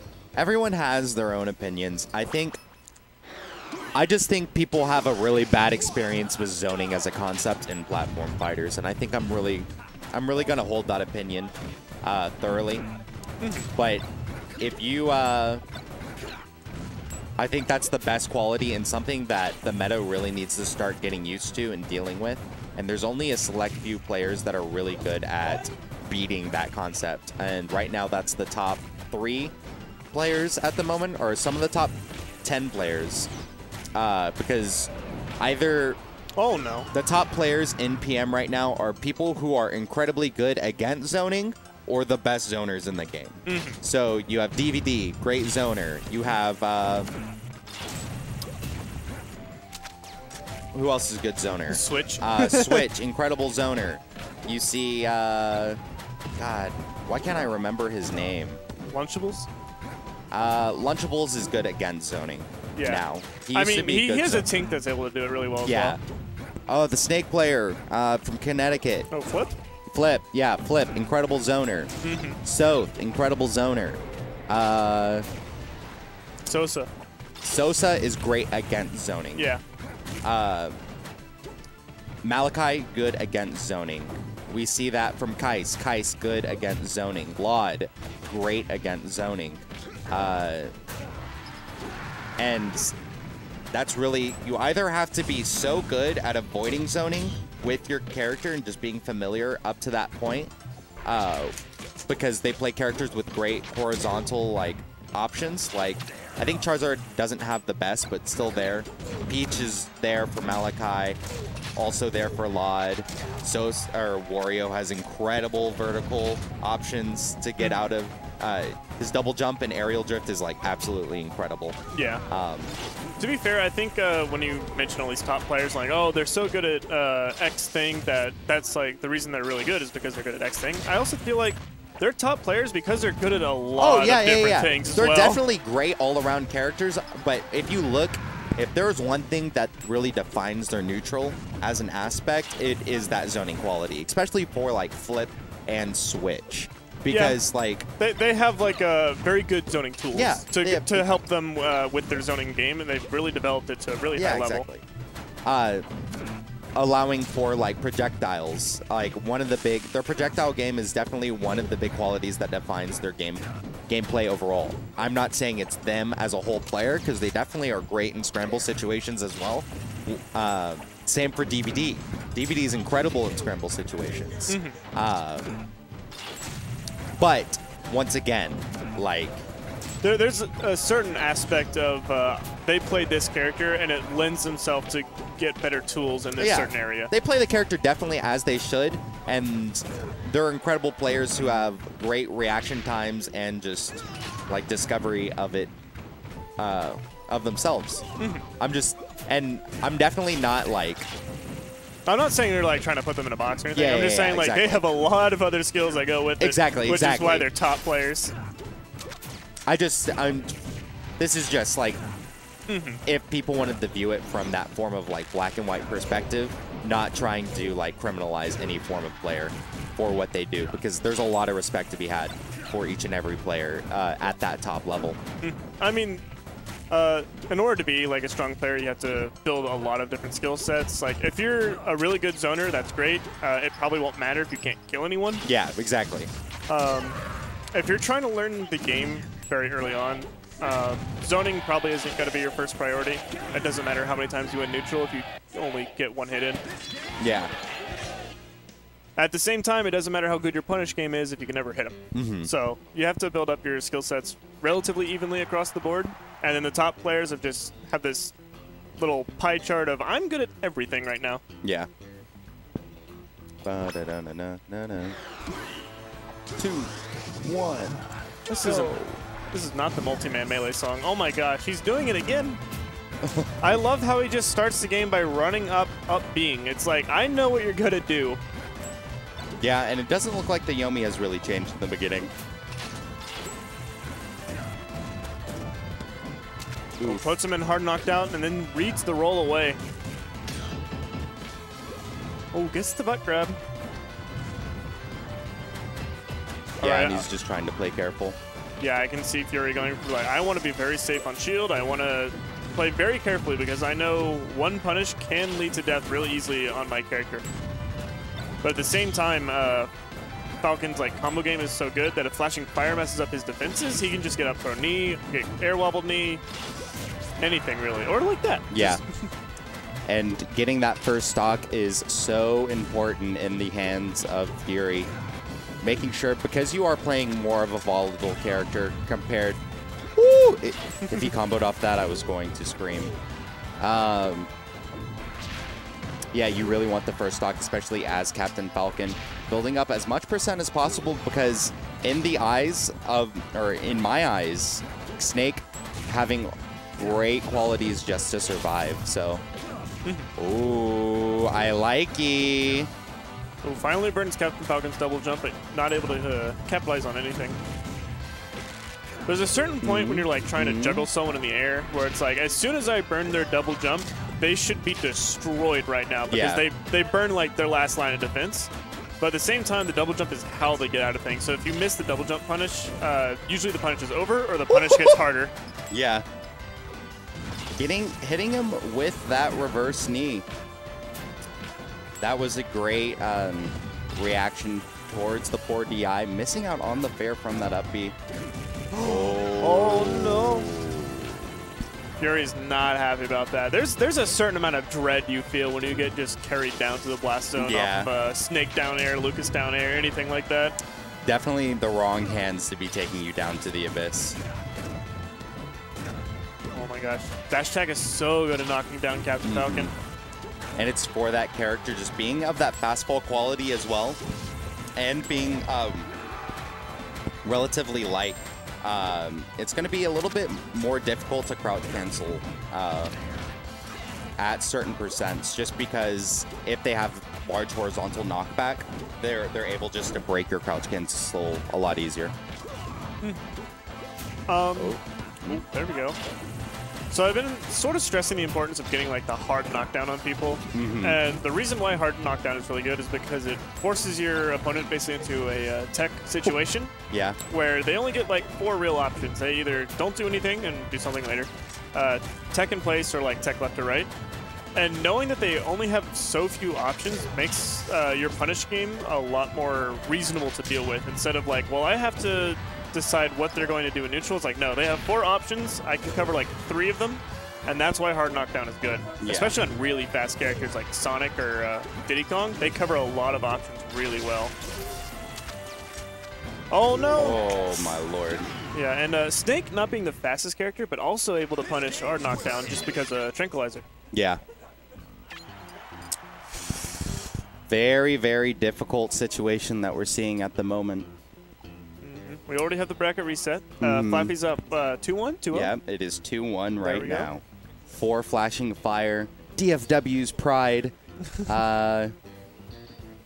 It's definitely a little stressed at this point. We're really running low on fuel, but hopefully Fury can definitely take it home. At Metal Cavern, this could be difficult because that's not something you want to see when Fury is down 2-1, selects a stage and then shakes his head. Yeah, and I think this stage is a big risk. It's a little hard for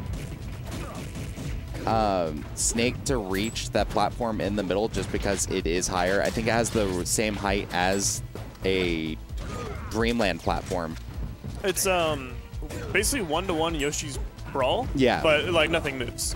But the default height of the middle platform is a lot higher than what we would see from Smashville or Battlefield. Yeah. Platform. The platform's a little higher. Like Mars can still like up tilt through it relatively well, but I don't think it's quite as high as Dreamland. Yeah. I know that characters like Wario can't full hop to that platform though. Really? Yes. Interesting. But the sharking ability on that stage is still incredible. Ooh. Oh my gosh, yeah, catches that roll and explodes himself. The stage is actually very interesting. You see the left and right sides of the stage are very different. You can like wall jump on the left side, but you like can't really do it as well on the right. Very distant blast zones horizontally and a little bit vertically. It makes recovering on the stage a little bit weird. Yeah. Now, I don't think it's a big problem for Snake to recover on this stage. Oh, I think it's going to be more of a nuisance for Captain Falcon overall. Yeah. The stage already, like, not letting Captain I think Falcon. the stage is incredible for Snake, to be completely honest with you. I could see it, yeah. Limiting your options to that one giant platform in the middle is... It's going to be pretty difficult, I'm not going to lie. And it makes it so, like, getting someone to tech on a platform isn't as safe or good anymore because on smaller platforms, they can only go so far, but on this one, they can roll all the way away. Snake is so good at covering the options, and Flaffy himself as a player just being able to limit it with the back airs, just the well aerial drifted back airs. Wait a minute. Okay, never mind. I forgot Fury doesn't go for priority stuff. Yeah. I'm like, he lost. He should have got it. But Fury's an honorable player. He's trying to send him in the blast zone and getting that knee. Now this could be relatively difficult, especially there's a long road to climb. Flashing fire. Oh, I was gonna say Flaffy. Flapping fire. Yeah, Flaffing fire. I feel like Fury can bring this back, but it's a little bit hard. Oh, that definitely helps right there. Let's go, Fury. And this could be another comeback that we saw on WarioWare, just needing to get that combo started. Oh, it's dead. And that's a great fair just to end it. It looks like Brennan Connolly will be our winner of Infinity and Beyond 208. Tio's bringing out the money. Congratulations. Yeah. Congratulations to Oklahoma for taking DFW's pride. Yeah. We're no I'm a longer DFW friends. loyal forever. We're no longer friends, Oklahoma. You took our tournament. Our John is Lunchables wasn't here. Neither was Shokio. We can't be relying on him. Yeah. Yeah. Our 3 best threats of all time aren't here. Alrighty. Yeah. Well, once again, thank you so much for watching Infinity and Beyond 208. I'm going to give some announcements before we end the stream. If you would like, so there is Low Tier City 6 that is coming up. That is going to be July 27th to 29th in Irving, Texas, at the Irving Convention Center at Las Colinas. There are 4 Smash games that are available for Low Tier City 6. That is going to be Melee, Project M, Smash 4, and 64. If you would like to play in those, if you would like to register, please go to smash.gg/LTC6. Oh, and Icons. Oh, yes. And Rivals. Icons, Rivals. 6 platform fighters for your enjoyment. And a bunch of regular fighting games. Yeah, well, I was going to break into that now. So Kumite in Tennessee actually moved out, and they're trying to branch off going towards Texas. We've teamed up with them. It's going to be the exact same date, July 27th to the 29th, with many, many fighting games from your NetherRealm games. I know that's going to be Injustice 1, Injustice 2, and Mortal Kombat. If you want any form of anime fighters, they got Guilty Gear, Blaze Blue Cross Tag. They also have Marvel vs. Capcom 3, Yeah. Marvel vs. Capcom Infinite, Skullgirls is coming, I believe, Street Fighter 4. Street Fighter 4, Street Fighter 5. Thank you, Flashing Fire, and Thanks, congratulations. That was a great win. If you would like to register, it's going to be at smash.gg/KITX. It's going to direct you to the same page. You can register for any of those. Once again, that's going to be July 27th to the 29th for Kumite in Texas at smash.gg/KITX, or Low Tier City 6, smash.gg/LTC6. I think that's it for Infinity and Beyond 208. Thank you so much for watching. I'm T-Lock Lone. I'm Birdie Birds. And we'll see you next week. We're going to play a trailer for you to close it out. Thank you, and bye. Oh, or not. Never mind. We're just ending it. Goodbye. Where's the trailer? Soon, TM. Soon, TM.